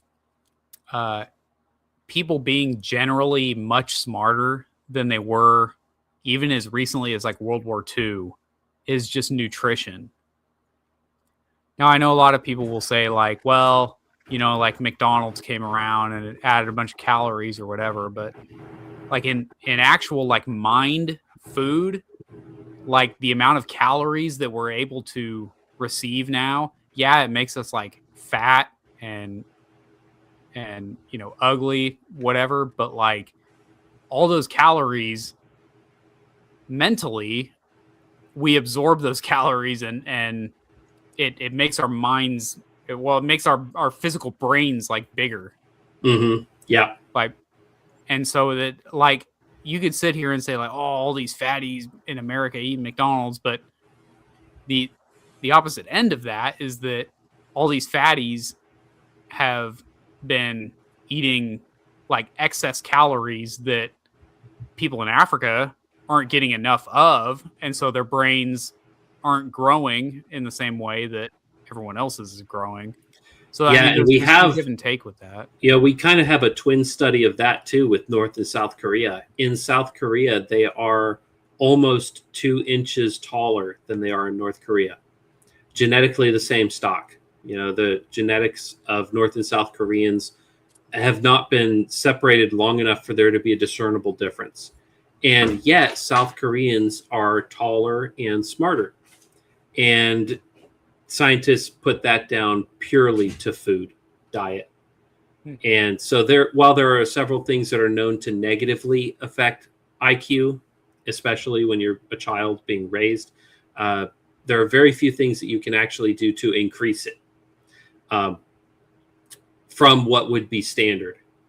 So eating fatty foods is actually good for your brain. Your brain is fat and it requires fat, but healthy fats are obviously better than unhealthy fats.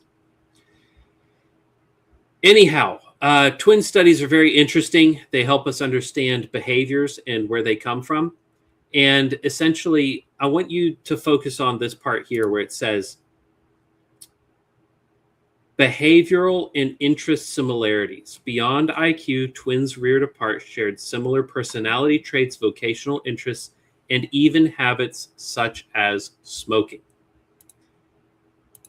So, very interesting story from my life. I was raised overseas, and I was raised away from the majority of my American cousins, including my uncles and aunts, especially my uncle, my dad's younger brother, who was in the Navy and deployed during the few times that I was back in the States visiting family. So I did not meet this man from the time I was about 2 years old until I was like 12. Right? When I'm meeting him, it's like I'm meeting him for the first time. I've got pictures of him holding me when I'm a baby. But for the most part, I have no real memories of this man. And yet, at 12 years old and beyond, I look just like him. I sound just like him. I walk just like him. Like the method of my speech, my gait, the way I would swing my arms when I walked, my height, my build are very much just like my uncle. As a matter of fact, when I shave my beard off, I look just like him underneath. And it is a strong genetic relationship. He is my father's younger brother, very closely related. And those genes are strong to the point where I have the same habits he has.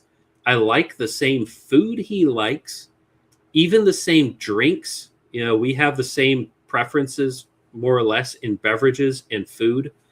It's very bizarre. It's extremely bizarre. And people would be very suspicious of it, except for the fact that he's too young to have done what would be necessary.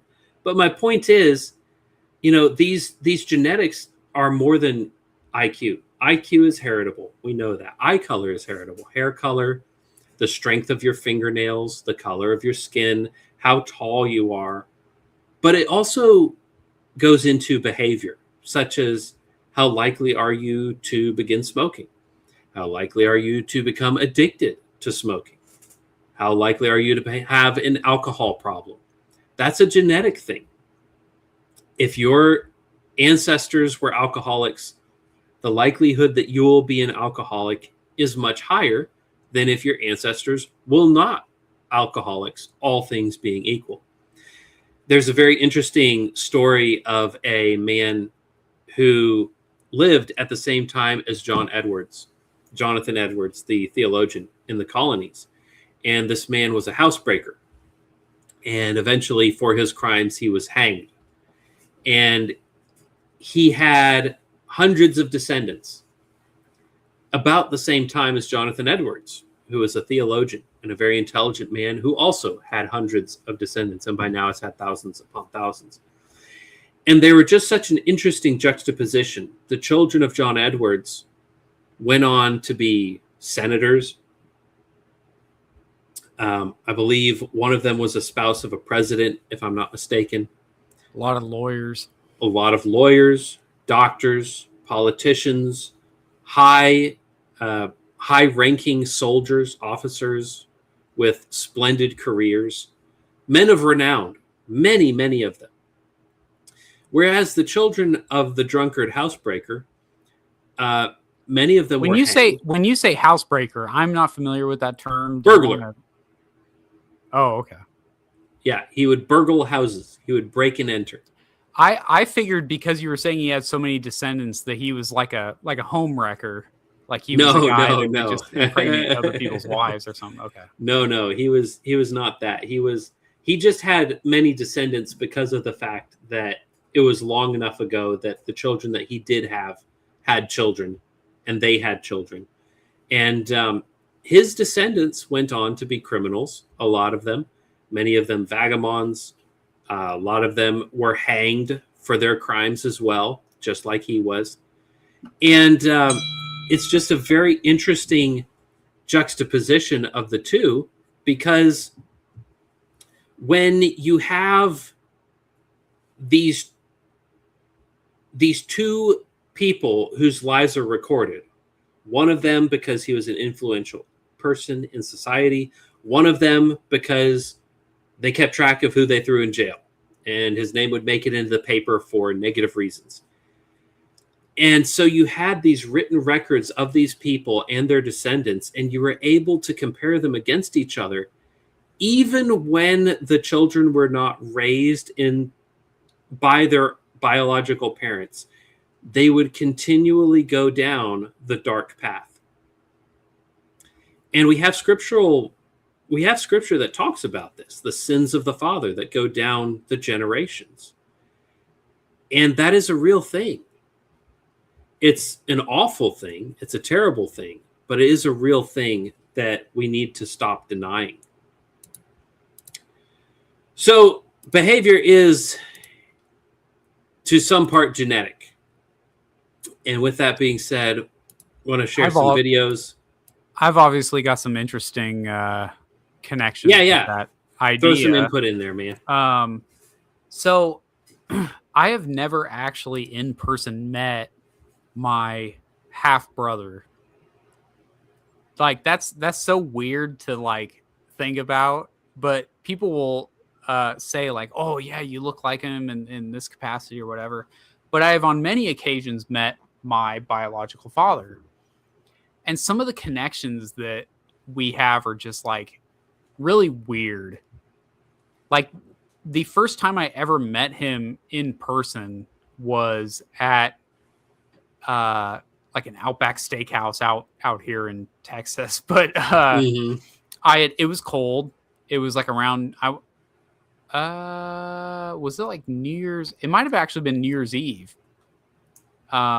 And so it was cold, and no, maybe this is out in Riverside. I'm thinking of. I'm mixing up different things, but anyways, it was like the first time I'd ever seen him. It was very cold, and I'd taken off a sweater because it had kind of like heated up, or I was changing or something like that, and so he saw my like upper body look, and he kind of made it because he's from Minnesota, so this is why I'm saying is he was like, oh yeah, you're built like a Johnson. Oh yeah, like it was like that kind of like way of saying it. But because Johnson would have been my last name had biology determined how I was raised, that kind of thing. But he was just saying like you know, the way that your upper body is shaped is like really like that's the way. It's very familiar. Yeah. He was essentially like my people are shaped like you are.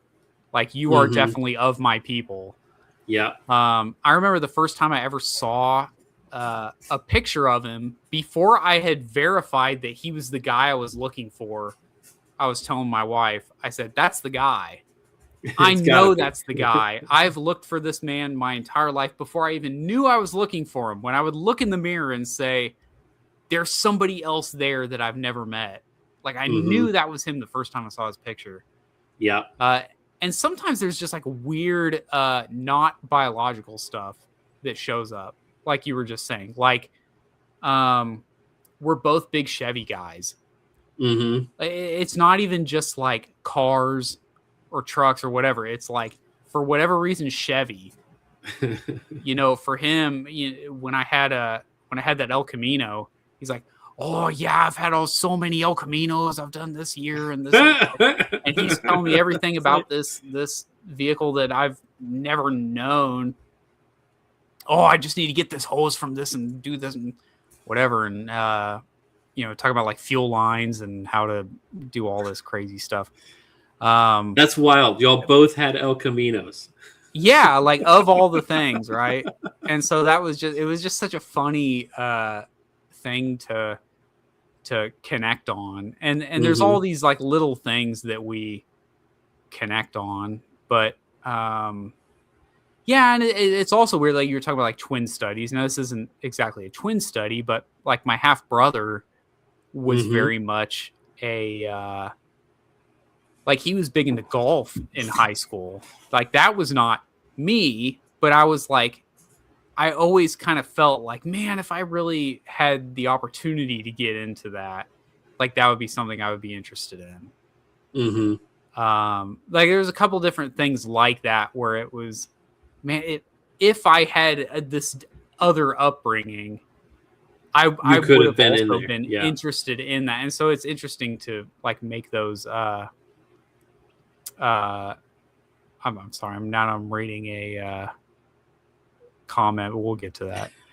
But yeah, it's interesting talking with these people that are biologically related to me, but I've never met up until the moment that I met them. Like that was it. Like I didn't even have a story about them or anything. And it was just kind of, I don't know. It is weird. Like there is something more than just the way you're raised.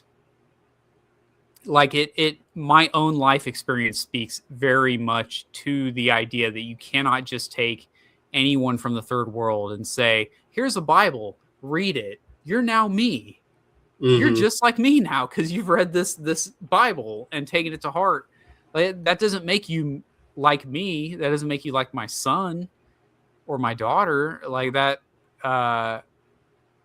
you can be of the brotherhood of faith, and that's great, and I encourage that, but that's not the same as the things that clearly come out of who you descend from.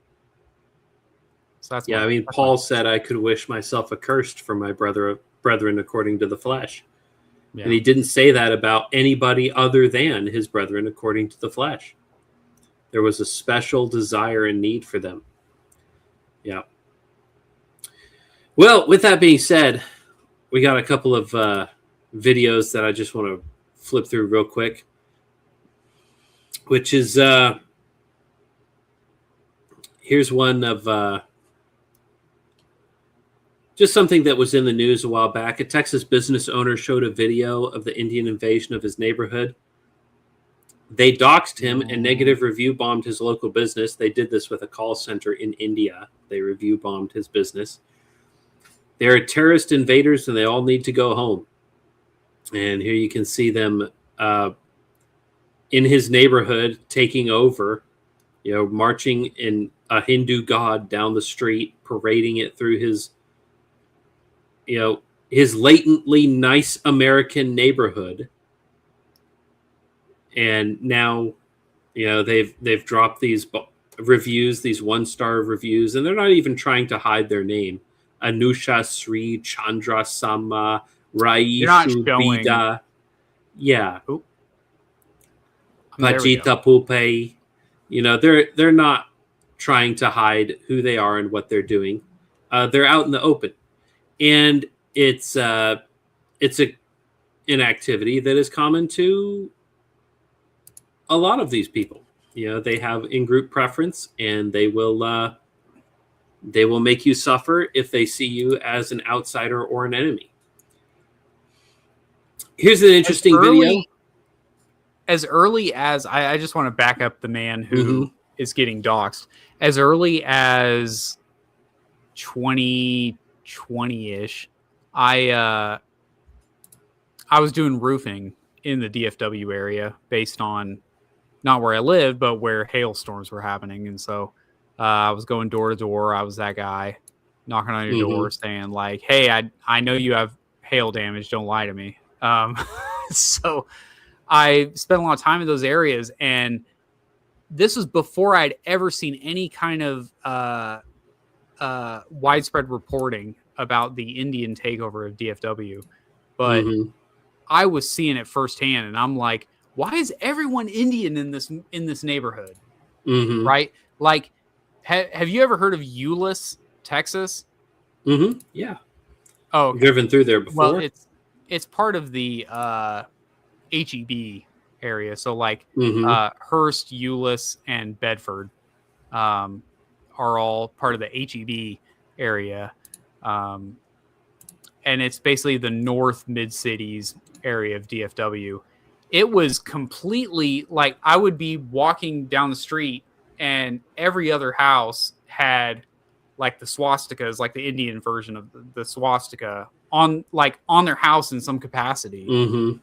And it got to the point where I was like, well, on to the next one. Why even bother letting this guy? Why even bother? Yeah. I know they're not going to buy it. Screw me. Yeah. Like, well, I'm trying to help people fix their houses. This guy doesn't care about that. Yep. He doesn't care if his roof leaks, as long as it doesn't cost him money that his roof leaks. Who cares if water falls on his child's head, as long as it doesn't cost him money that it does so. Yeah. So I saw it firsthand long before I ever saw all of the online reporting or whatever. It is a true thing happening, even in areas like DFW. Now, like not like my part of DFW, but there are mass like Indian neighborhoods. How does that happen? By the way, I'll just throw that out rhetorically. How does something like that happen? Like, do they choose this neighborhood is going to be nothing but Indians? Because you would think there'd be other people vying for that area. So something shiesty is happening with that. Because there are literally entire neighborhoods that are nothing but Muslims, literally nothing but Indians, literally nothing but like one non-American racial group. What's going on with that? I don't. Yeah. I mean, they've got to be pulling some sort of fast and loose with the rules and having preferential purchasing power. There's something shady going on. There always is. Yeah. But anyhow, on with the videos. Here's an interesting video. Lots of indistinguishable noise in the background. Here's this guy. He's picking up trash, throwing it in the trash can, and then they reach in, pull the trash out, and throw it out. And there's his buddy saying, "Look, man, you're wasting your time. You're wasting your time." Because even if these two people don't do it, there's a whole crowd of people who are just waiting to undo the work that you've done. This is the entire history of Africa in a video, by the way. He comes along, he builds something, they tear it down. Maliciously, they tear it down. And eventually he gives up and he leaves, and then Africa turns into an awful place, and people say, why is it like this?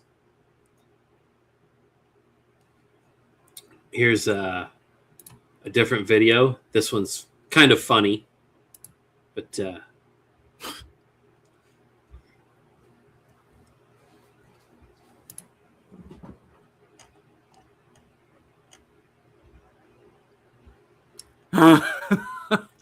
I don't understand the difficulty with this. I don't get this.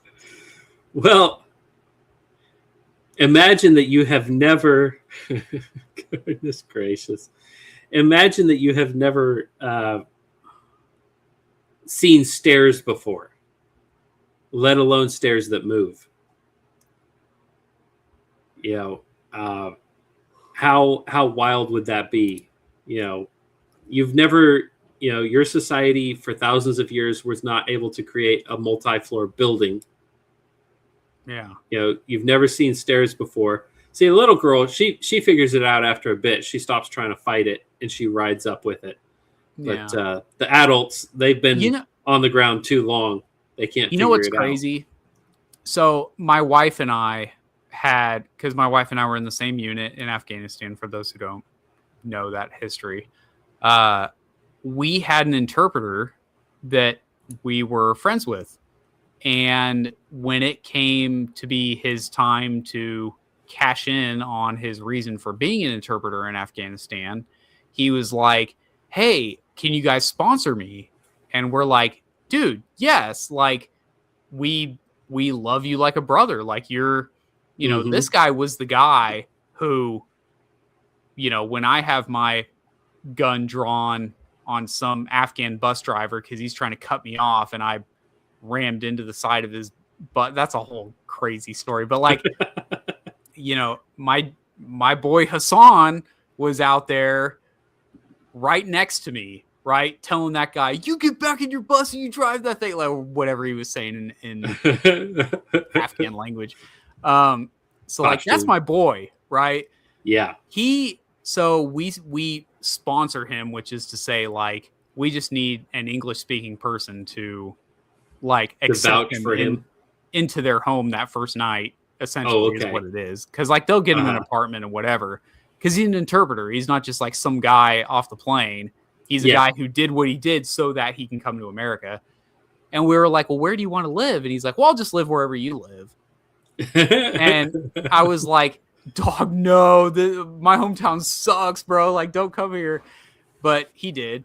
And it ended up being, it's funny because it was the same mall that I got that Rumble Pack from that I was telling you about. So it's the same mall.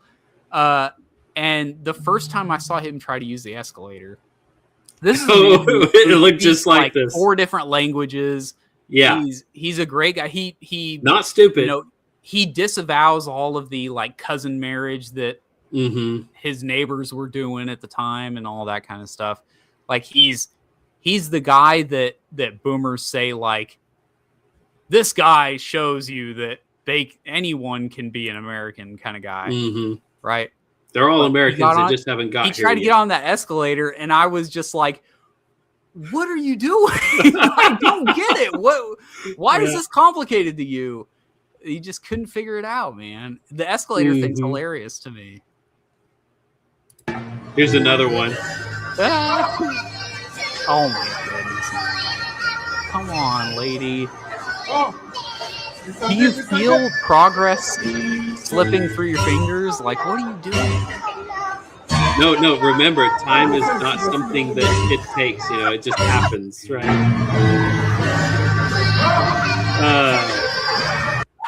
Get rid of that annoying music there. But, man, this is wild. What is this, in Russia?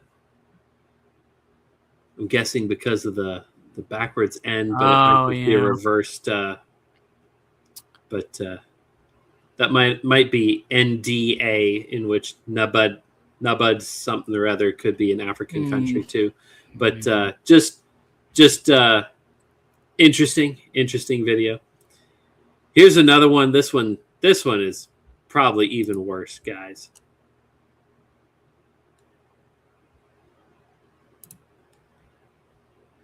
So she's trying to go up, and she can see the people who are coming down, and she still doesn't seem to get it. That's the same one I'm seeing. Are you trying to? Oh, okay. Here we go. Sorry. There you click a. Oh, yeah. Lady, what are you doing? Yeah, and the thing is, the one that goes up is right next to it. You know, you can see when the video starts. it's right next to it.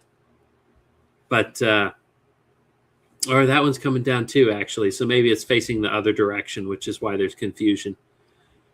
But and you see the guy pointing. He's pointing the other way. It's like, wrong one, lady. But and then there was this video. This video here, this was just wild.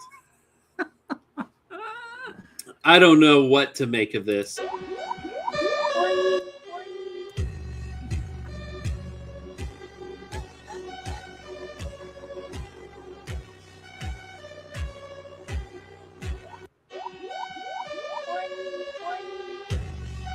Fascinating.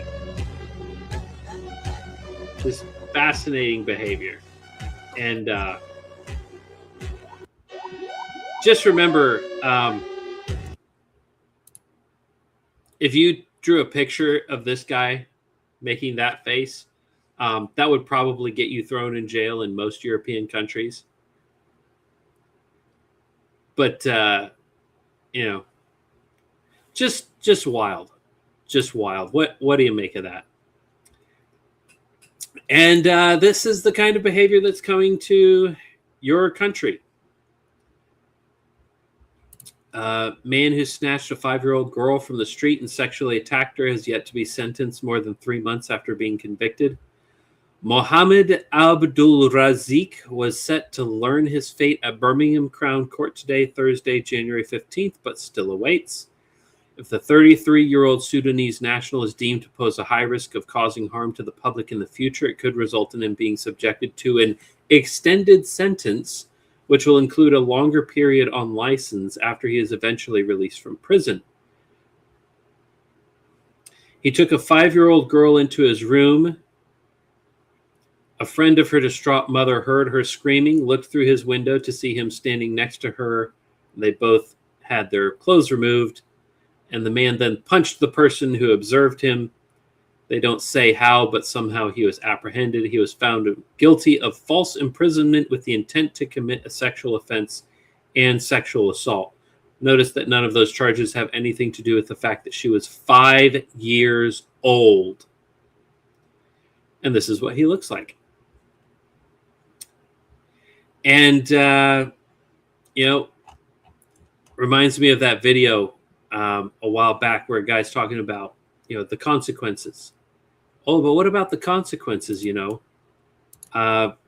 if you have illicit sexual intercourse, forced sexual intercourse with these women, what about the consequences? And they say, oh yeah, maybe she has a disease, or maybe you get caught, or maybe people find out. And he says, well, what about the consequences for her?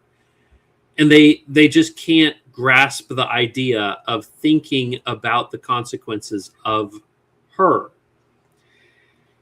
And some people don't seem to be capable of understanding the breakfast question. Sean, do you want to give people a quick rundown on what the breakfast question is? Yeah, I was just talking about this the other night with my wife. The breakfast question is, how would you feel if you had not had breakfast this morning? That is literally what the breakfast question is.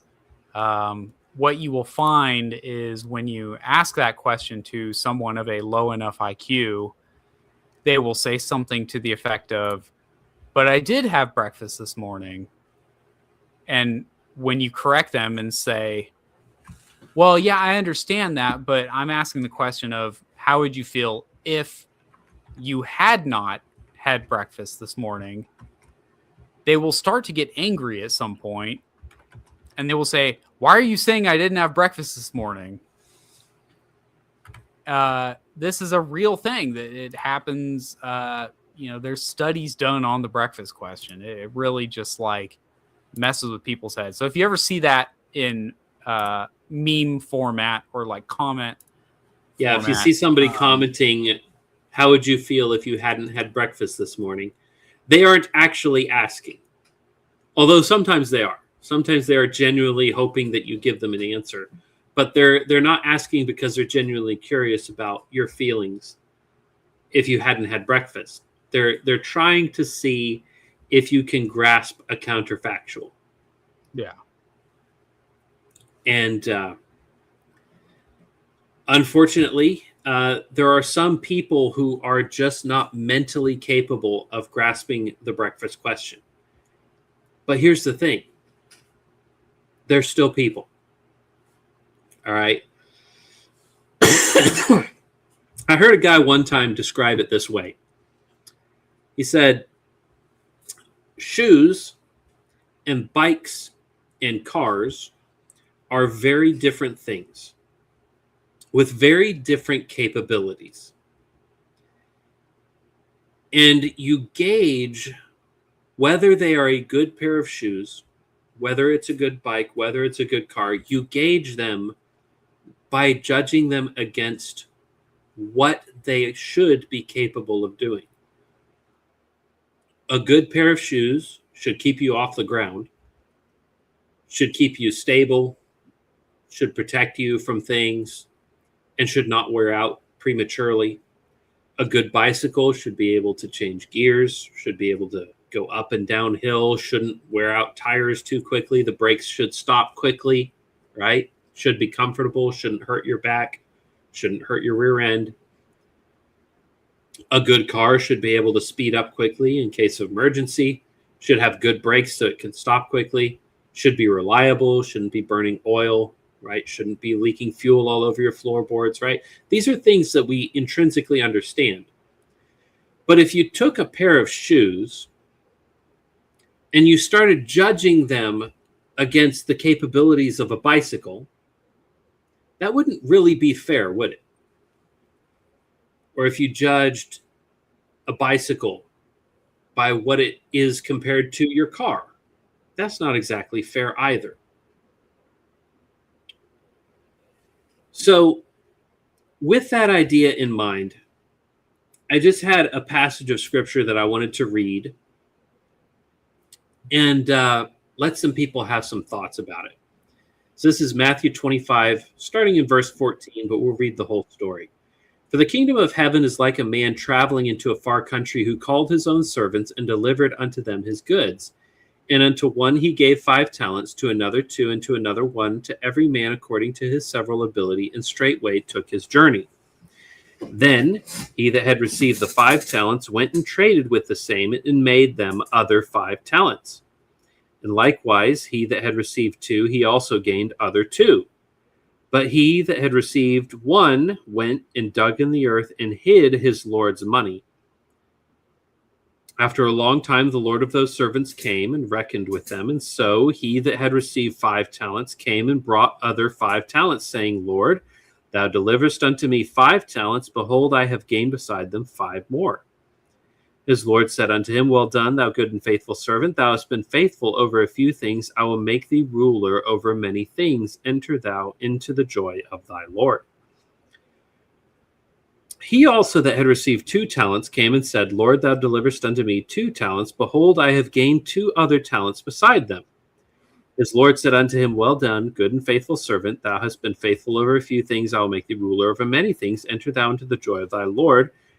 Then he which had received the 1 talent came and said, Lord, I knew thee that thou art a hard man, reaping where thou hast not sown, and gathering where thou hast not strawed. And I was afraid, and went and hid thy talent in the earth. Lo, here is that which is thine.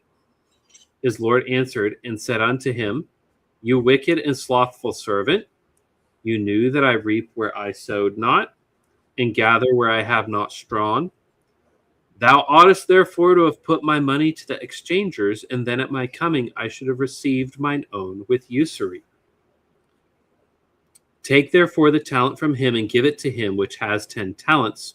For unto every one that has shall be given, and he that has abundance. But from him that has not shall be taken away even that which he has. And cast ye the unprofitable servant into outer darkness. There shall be weeping and gnashing of teeth. So, more is demanded from those to whom more is given. Right? It also brings to mind the message of the forgiven servant, right? Some are given little, some are given more, and those who are given more return more, right? He that was given 5 talents, he brought back 5 more, and he was rewarded for it. He that was given 3 brought back 3, and he was rewarded for it. But notice that it was not the same, right? He brought back 3 instead of 5, and yet he received the same reward, right? He said, enter into my glory, thou good and faithful servant. And then we also have the story of the servant whose sins were forgiven, right? His many sins are forgiven, and then he goes out and abuses his fellow servant who owed him. You know, we need to be forgiving to the people, realizing that we also have been forgiven much. We have been blessed with much, and we shouldn't lord over those blessings that we have. We shouldn't lord them over our fellow servants who are in less fitting shape than us. Rather, we should be grateful for those blessings that we have been given. We should utilize them to bless others around us. And then the third parable is, you know, the one that I've made mention of twice already. To whom much is given, more will be given, more will be demanded. Right? Sean, I'm just pulling an absolute blank for some reason. But could you help me out with that one? Where that verse comes from? Yeah. Oh, boy. Some kid that came out and it kind of distracted me in the side. Yeah. Say it again. To whom much is given, much is demanded. I thought that was But anyway, point being, God has demands of his creatures. God has demands of his children. And the purpose of us being here is for us to work with what we have been given. You know, if you've been given 5 talents, you need to work hard to make those into something. If you've been given 3 talents, you've been given less, but you still need to work hard. What you need to not be is the guy who buries his talent. Luke chapter 12 is one place where it shows up. Is that? Yeah, that's probably the one I'm thinking of. But yeah,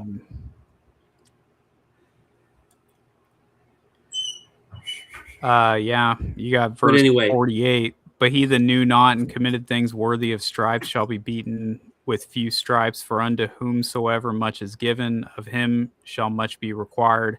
And to whom men have committed much, of him they will ask the more. I don't know if that's a very good translation. What is that? That's the King 21st James. century King James, yeah. Mm-hmm. Yeah. If we swap that over into the ESV, try to make it a little more understandable. But the one who did not know and did what deserved a beating will receive a light beating, right? That's the difference between sin and transgression, right? Everyone to whom much was given, of him much will be required. And from him to whom they entrusted much, they will demand the more, right? There are higher standards for a society with a high IQ. And we do this naturally. You know, if you fly to a third world country and you walk past a house that's made out of cardboard and tin, you lower your standard of judgment. You look inside and the inside is clean and dry and you're like, wow, this is a nice house. But if you did that in your neighborhood, you would not think it was a nice house at all. You'd look inside and you'd see a dirt floor, it would have cardboard walls and tin roof, a rusty hole-strewn tin roof, and you'd be like, wow, this is a dump. I can't believe people live in this. Right? We understand intrinsically how to move that standard. And the thing is, I believe that God does the same. Africans are less capable of maintaining a civilization than Europeans. As proof, I present you Africa. and Europe. Yeah. They are very different. They have always been very different. Even before Europe was Christian, it had civilization. Before the Greeks were Christians, they had two-story buildings. Even after Africa became Christian, they still don't know how to build a bridge or a two-story building. There's a video that makes its way around Twitter every once in a while. It's a clip from a documentary about these houses in this African village that nobody lives in for some reason. I don't know if they think they're haunted or what. But the Africans are just absolutely astounded. There were these Czechs who disappeared into Africa during World War II. They fled from the conflict. And then when the war was over, they went back to Czechia or Czechoslovakia, what have you. And they left behind their houses. And this African is talking to the camera and he says, "It's so amazing. These houses, they made out of mud, and they made them out of a special mud that doesn't wash away. And they've been here now for 50 years. And the well that they dug in the middle of these houses, it still pumps fresh water. And our women come here every day to get the fresh water from this well because it still works 50 years later." And he just had no concept of higher quality. He didn't understand how to do it. He didn't know how to replicate it. And bizarrely, they would travel to the village to drink from the well, but they would not live in the village. They didn't make their abode in these concrete buildings for whatever reason. They didn't know how to maintain or utilize the infrastructure that was given them. They never have. And thinking that magic dirt is going to change that is asinine. If you bring the third world into the first world, all you are going to do is turn the first world into the third world. Shoes can't be bicycles, and bicycles can't be cars. And you need to judge shoes like they are shoes. Some shoes are good and some shoes are bad. Some bikes are good, some bikes are bad, and some cars are good and some cars are bad.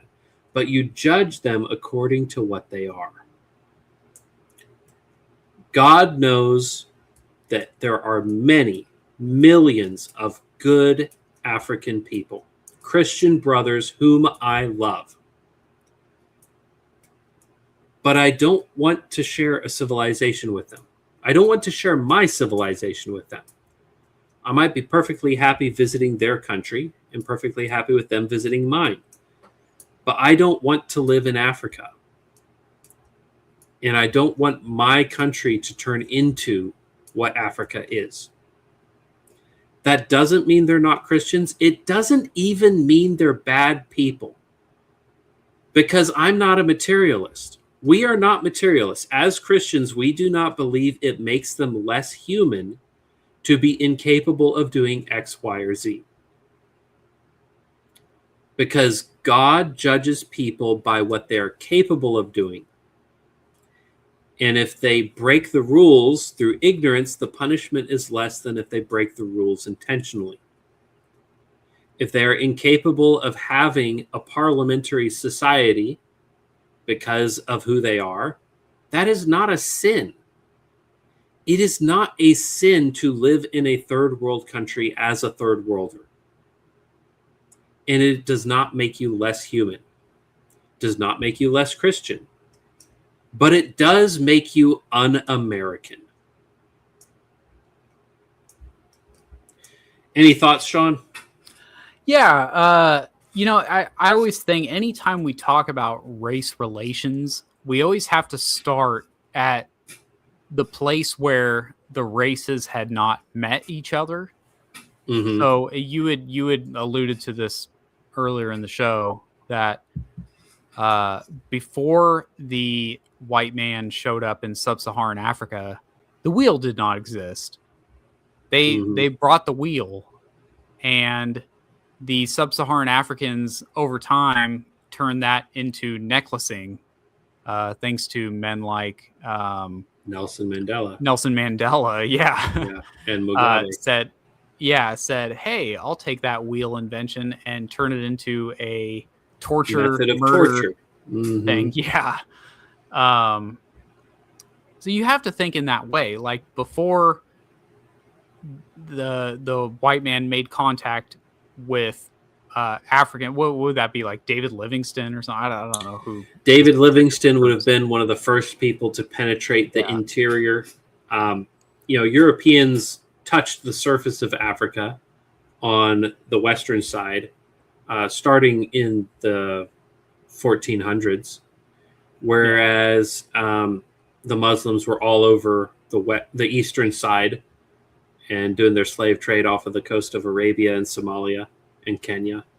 But all that to say, like, where were they at that time? They had, I mean, we're talking like the 1400s. I mean, Europeans are sending people to North and South America at that point. Like that's, I mean, well, and they're sending them around the bottom of Africa all the way to India and into the West Indies, You know what else? This is, I'm not sure how tangential this is, but looking at your haggis story, he has a thatched roof, right? And some people will look at the Vikings and say like, well, they were living in these straw huts. Well, no, they had thatched roofs because they lived in the snow, and that's the best thing that you can have for the snow. Technologically, to this day, that's still better than they're actually better than shingles. Yeah, putting asphalt shingles because it's the snow, not because it's you're building a grass hut in the Sahara or the sub-Sahara. So the Vikings were making ships. You were saying like 1400s ish. I mean, they were making these ships 400 years before that blew people's minds because they were able to cross oceans and then also go up rivers. The same boat. Yeah. At the time, that didn't really exist. I mean, even today, that's still very difficult to have a boat that can both go in the river channels and go out in the bay. Here in Texas, we have, the river, the channels, the bay, and then the Gulf. And there are steps in between each of those. And, the big boats out in the Gulf can't make their way up into the channel and make their way upriver because it's too shallow. Because in order to survive in the water, they have to have a very deep draw. And these Vikings managed to cross the ocean to Iceland and Greenland across ocean swells that are bigger than huge buildings, like bigger than Capitol buildings. These ocean swells, bigger than Capitol buildings, and they just, through sheer pluck and grit, made these boats strong enough to make it all the way to Iceland and Greenland. Well, and back. Not only grit, but like the intelligence to think I don't even fully understand the technology behind Viking ships, but it had to do with the way that they would use like this one long piece of wood, and it was like a whole. I mean, it's just an insane technology. Even looking back on it now, like I'll talk to my buddy who has a boat, and we'll go,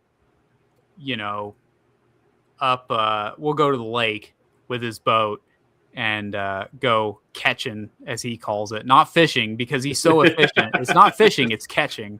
I don't enjoy fishing. I enjoy catching. Yeah, and it's this whole like elaborate floating device that has hooks on it, and we're just dropping those, but we're also like gunning it at like 50 miles an hour on the water. But that boat cannot do the things that these Viking boats were doing, and that's got like a Johnson engine or whatever it is that it's got.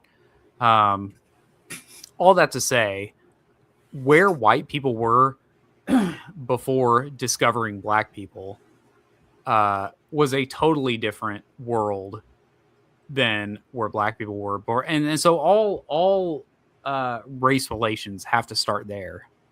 You can't just you can't just say like, well, slavery. Well, what about before that?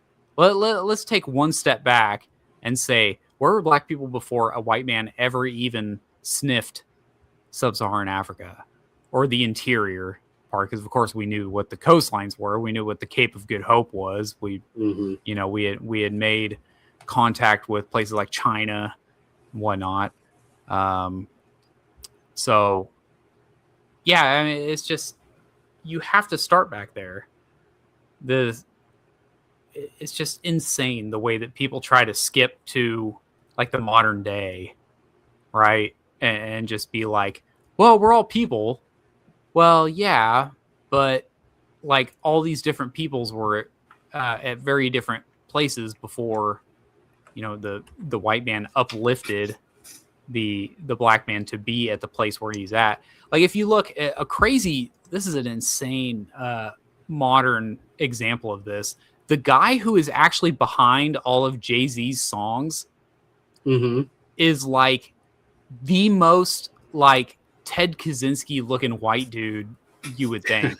Like, and I say that and like you laugh, but if you look the guy up, you'd be like, oh, I see what you mean by a Ted Kaczynski type dude, because he's got like this like crazy beard, like a white beard, and it's just insane to see this guy. And there's like footage of him telling Jay-Z like, oh, hey, when you go in the studio, you should say this. And it's a line that we look at as like iconic now as, oh yeah, that was like Jay-Z's genius. No, it's this random white dude who is just telling Jay-Z, go in the studio and say this. And then he says it.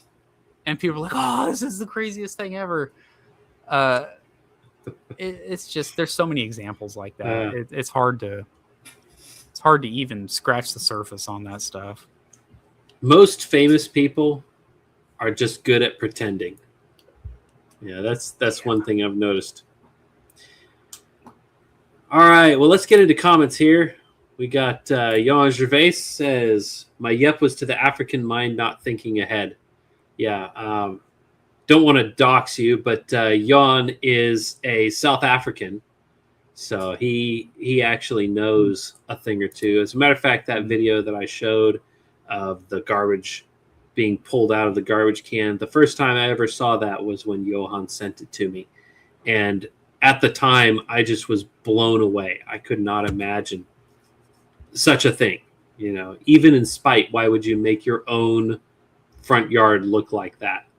But, Check for Tunnel says, coyotes don't have a word for dam, so they don't build them. Now you know. That's how that works. That's how that works. The Christian Imperialist says, ancient Babylonian god Marduk defeated Tiamat, and one of his weapons was words. Words created a net to trap her for the final blow. Words themselves can forge fate and bend the world. Yes, but only because they are wielded by people. That's like saying swords conquer nations. Well, swords don't conquer nations unless somebody's swinging them. And a sword is only as capable as the man holding it. So are words. So the idea that, well, if you don't have a word, you can't have a concept for it. No, the fault is in yourselves, not in your words that you are underlings. Sir Vilder says, my ex-wife's mother thinks cilantro tastes like soap.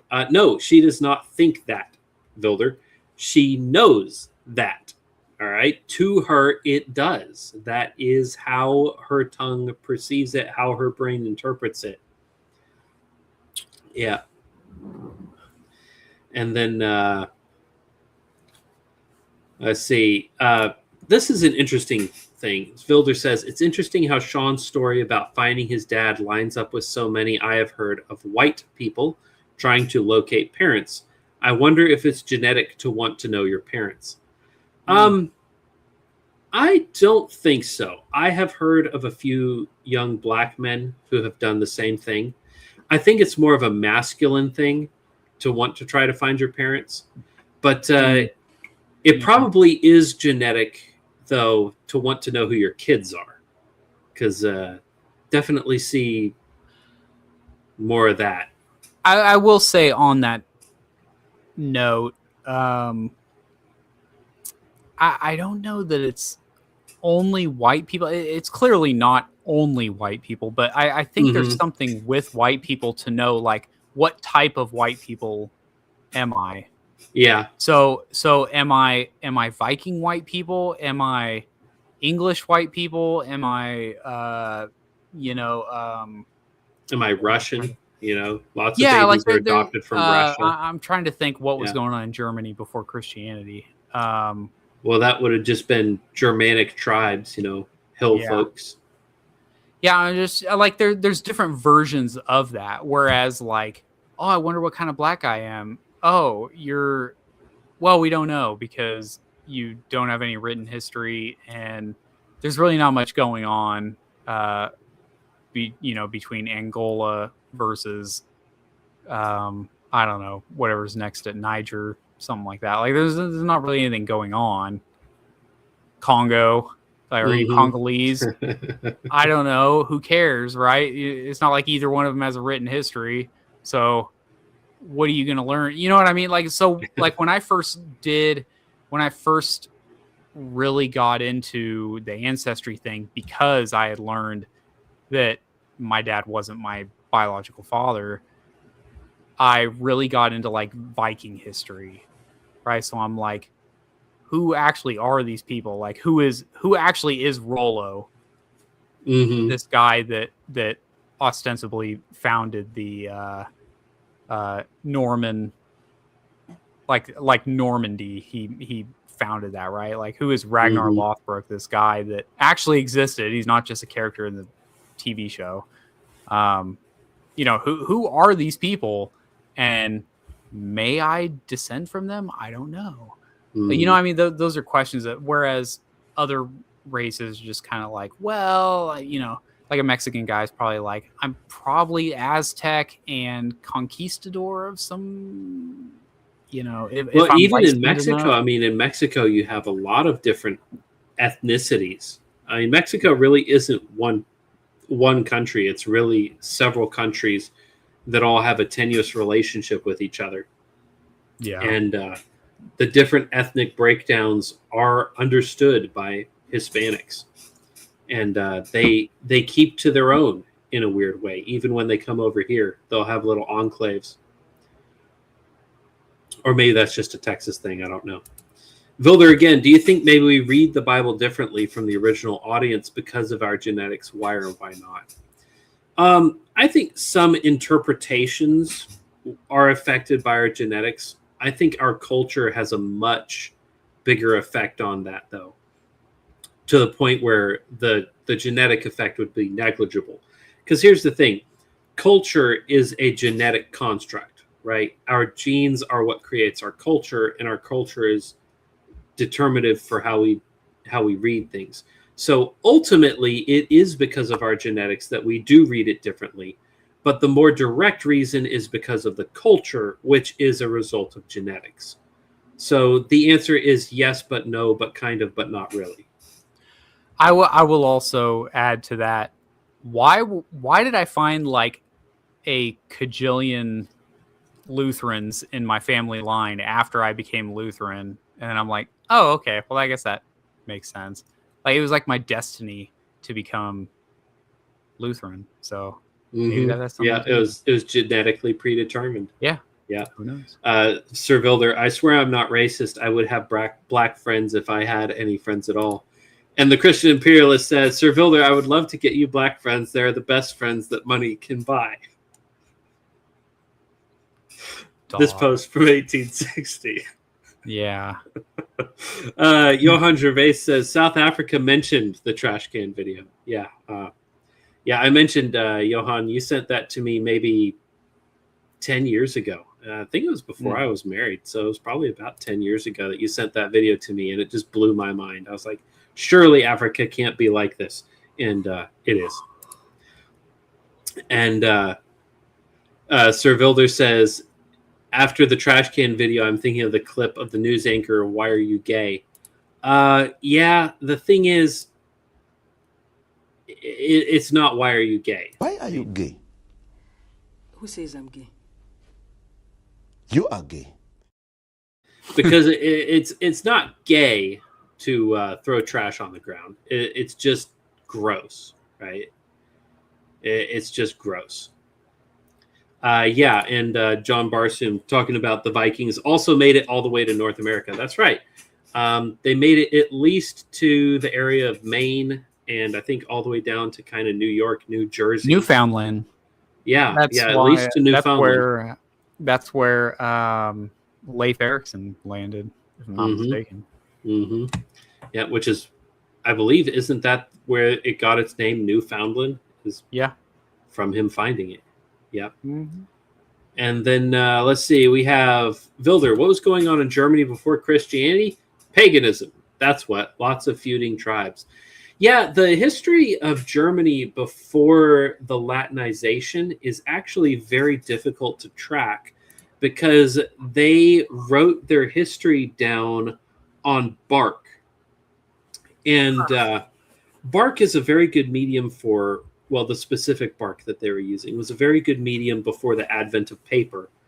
Papyrus was what they were using in Egypt. And we have papyrus from even more ancient times than that because Egypt is dry, but Germany is not dry.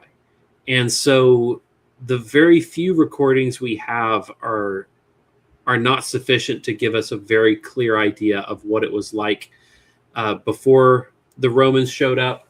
But if you're ever curious what it looked like when the Romans did show up, there is a very beautiful book called Agricola Germania, the dialogue on oratory. Essentially, these are the works of Tacitus, or Tacitus, if you want to be pedantic. But you can find this from Western Front Books and Wise Path Books. They're the same company. But I believe it's Wise Path Books has this beautiful leather-bound book. Link in the description. I don't get anything for that except for that he's my buddy and I like to help out my buddy. Hopefully I'll have a book published by him by the end of the year. Hey, that would be really cool. That would be really cool. Check for Channel says Western Greek logic versus Eastern esoteric. Christianity shows the different cultural seasoning. That's true. That's true. Eastern logic is very esoteric. Western logic is very straightforward, and but African logic just does not exist.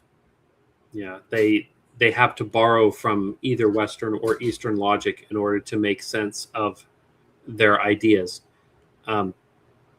It could be very much like what Z said earlier, where it's like, well, we have to make up an idea for why we believe what we believe, which may or may not actually be rational. And then Sir Vilder says Germany is not dry is an understatement. Yeah. It's like saying England is not sunny. It's like, yeah, they foggy old England, right? I'm gonna lock my doors. Yeah. He's threatening to come steal my books. There you go. It's very African of you, Sir Vilder. You can't have nice things. You have to share. Yeah. You have to share. And then talking to, he says, funny how Greece falls into Eastern logic when you call Western logic Greek. No. Greek Orthodox Church is not Greek logic. They are more esoteric. They are more influenced by Eastern ideas than the West. Rome became more Greek than Greece over time, especially in the late periods when you had the separation of the Western and Eastern Empire. The Eastern Empire continued to be very influenced by the Persians and by the East, by the ideas that came out of the Levant, whereas the West tended to be more true to the older ideas of Greece, which also meant that they tended to be more Platonic or more Platonist rather than Aristotelian, which they did change later. But no, it is not incorrect to say that the West uses Greek logic and Greece, especially the Greek Orthodox Church, is more Eastern than Western. You know, your children can go one direction and you can stray the other. But anyway, I can tell you want to wrap it up. Can I wrap my thoughts up? I want to share something from a customer today. This is a 3D printed it's made to be like a can holder. So you can put like a beer can. You put like a beer can in it, but then it's like a mug with a dragon on it. Tankard. Yeah, it's like a tankard with like a dragon thing on it. Really very cool. He 3D printed it. He, built the model for it and all that kind of stuff. It was a gift from a customer of mine. This is a person that any hater would say is just like white trash to the max, right? Yeah. Like roaches everywhere. Like it was just a mess, right? So the haters would say that. But there is, and this is my ongoing theory, is that there is this seed of greatness within the white man that, this guy's ancestors were making some crazy stuff. Maybe they made the tankards this 3D printed model is based on. But the stuff he was doing in his filthy house was just cool stuff. Like he was doing all kinds of haunted house type stuff. Like he understood how like lighting and fog worked and like all kinds of cool stuff like that. But you would look at him and you say, "Oh, that's white trash in a trailer." Mm-hmm. Right? Like, so there's that seed that exists there that was passed on by people who reached that full potential, then had kids, and eventually that potential is whittled down into seed form, but it can sprout again, right? Mm-hmm. Whereas another customer that I had today was just like trying to tell me how to do my job, and was of the sub-Saharan African thing. It had like tattoos under the eye, like these tattoos. You know what I'm talking about? Where the tattoos are right here, like under the eyes. Like, come on, don't talk to me like you're somebody. Let me do my don't lecture me on making good decisions. Yeah. And so how to do something right when you have done this to your face, Yeah. So it's an interesting contrast because that person didn't live in like a dirty house, something like that. But you could just see like boy, you're really a piece of work, aren't you? Like you just can't. Because in truth, you could have just done this by yourself, but you called me to do this for you. And then you're going to sit there and tell me how to do it after you called me for help. So, yeah. So that's... Yeah. But anyways, very appreciative of this. This is a cool little thing. I'll have to... Yeah, you should get some model paint and paint it. Yeah, I was actually... Like Warhammer 40K little figurines, they're printed out of the same stuff and they take paint really well. That'd be cool. Yeah. Very be cool. A fun little hobby. Yeah. Maybe make a video of it. I've seen some of these painting videos get thousands of views and I've never understood why people would spend time watching paint dry, but there you go. But then I was watching it too, so I guess I don't understand myself. One more comment I wanted to get to, which is Vilder saying there's a seed of greatness within every human being, no matter what ancestry. Yes, you are correct. And every different ancestry will sprout a different plant, and those different plants will grow to different heights. But that seed is in every man. And we want to reach in and make that seed blossom into the beautiful plant that it will become, that it can become. Every plant will be different, and it will have different fruit, and it will grow to different heights, and it will have different roles. But every human being has that seed of greatness within himself. And what is great depends on who you are. Yeah, with that analogy, like I don't hate grass, right? Like grass is cool, but have you ever seen like a red oak? Like those things are majestic, bro. Like grass is cool, like the seed. And without it, we wouldn't have cows. Yeah, like that's cool and all, but like a 60-year-old red oak that is just fully matured, and that's some majestic stuff right there. Or like a California redwood. Oh my goodness! Like, have you ever seen like a sequoia? I have seen sequoias. I have never seen one of the California redwoods. That's on my list to do. But when I was up in Washington, I saw some sequoias, and yeah, they're pretty remarkable. I mean, I thought I knew big trees from growing up in Germany, but then I saw the sequoias, and I was like, yeah, sequoias, these are even bigger than the alpine pines. Yeah, sequoias are another level, man. Yeah.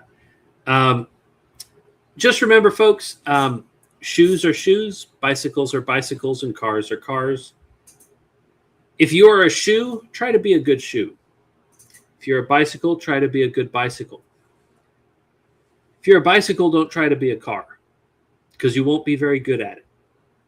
And if you're a bicycle, do not stoop to be used like a shoe. God has created you for a purpose, and you have a role to fulfill.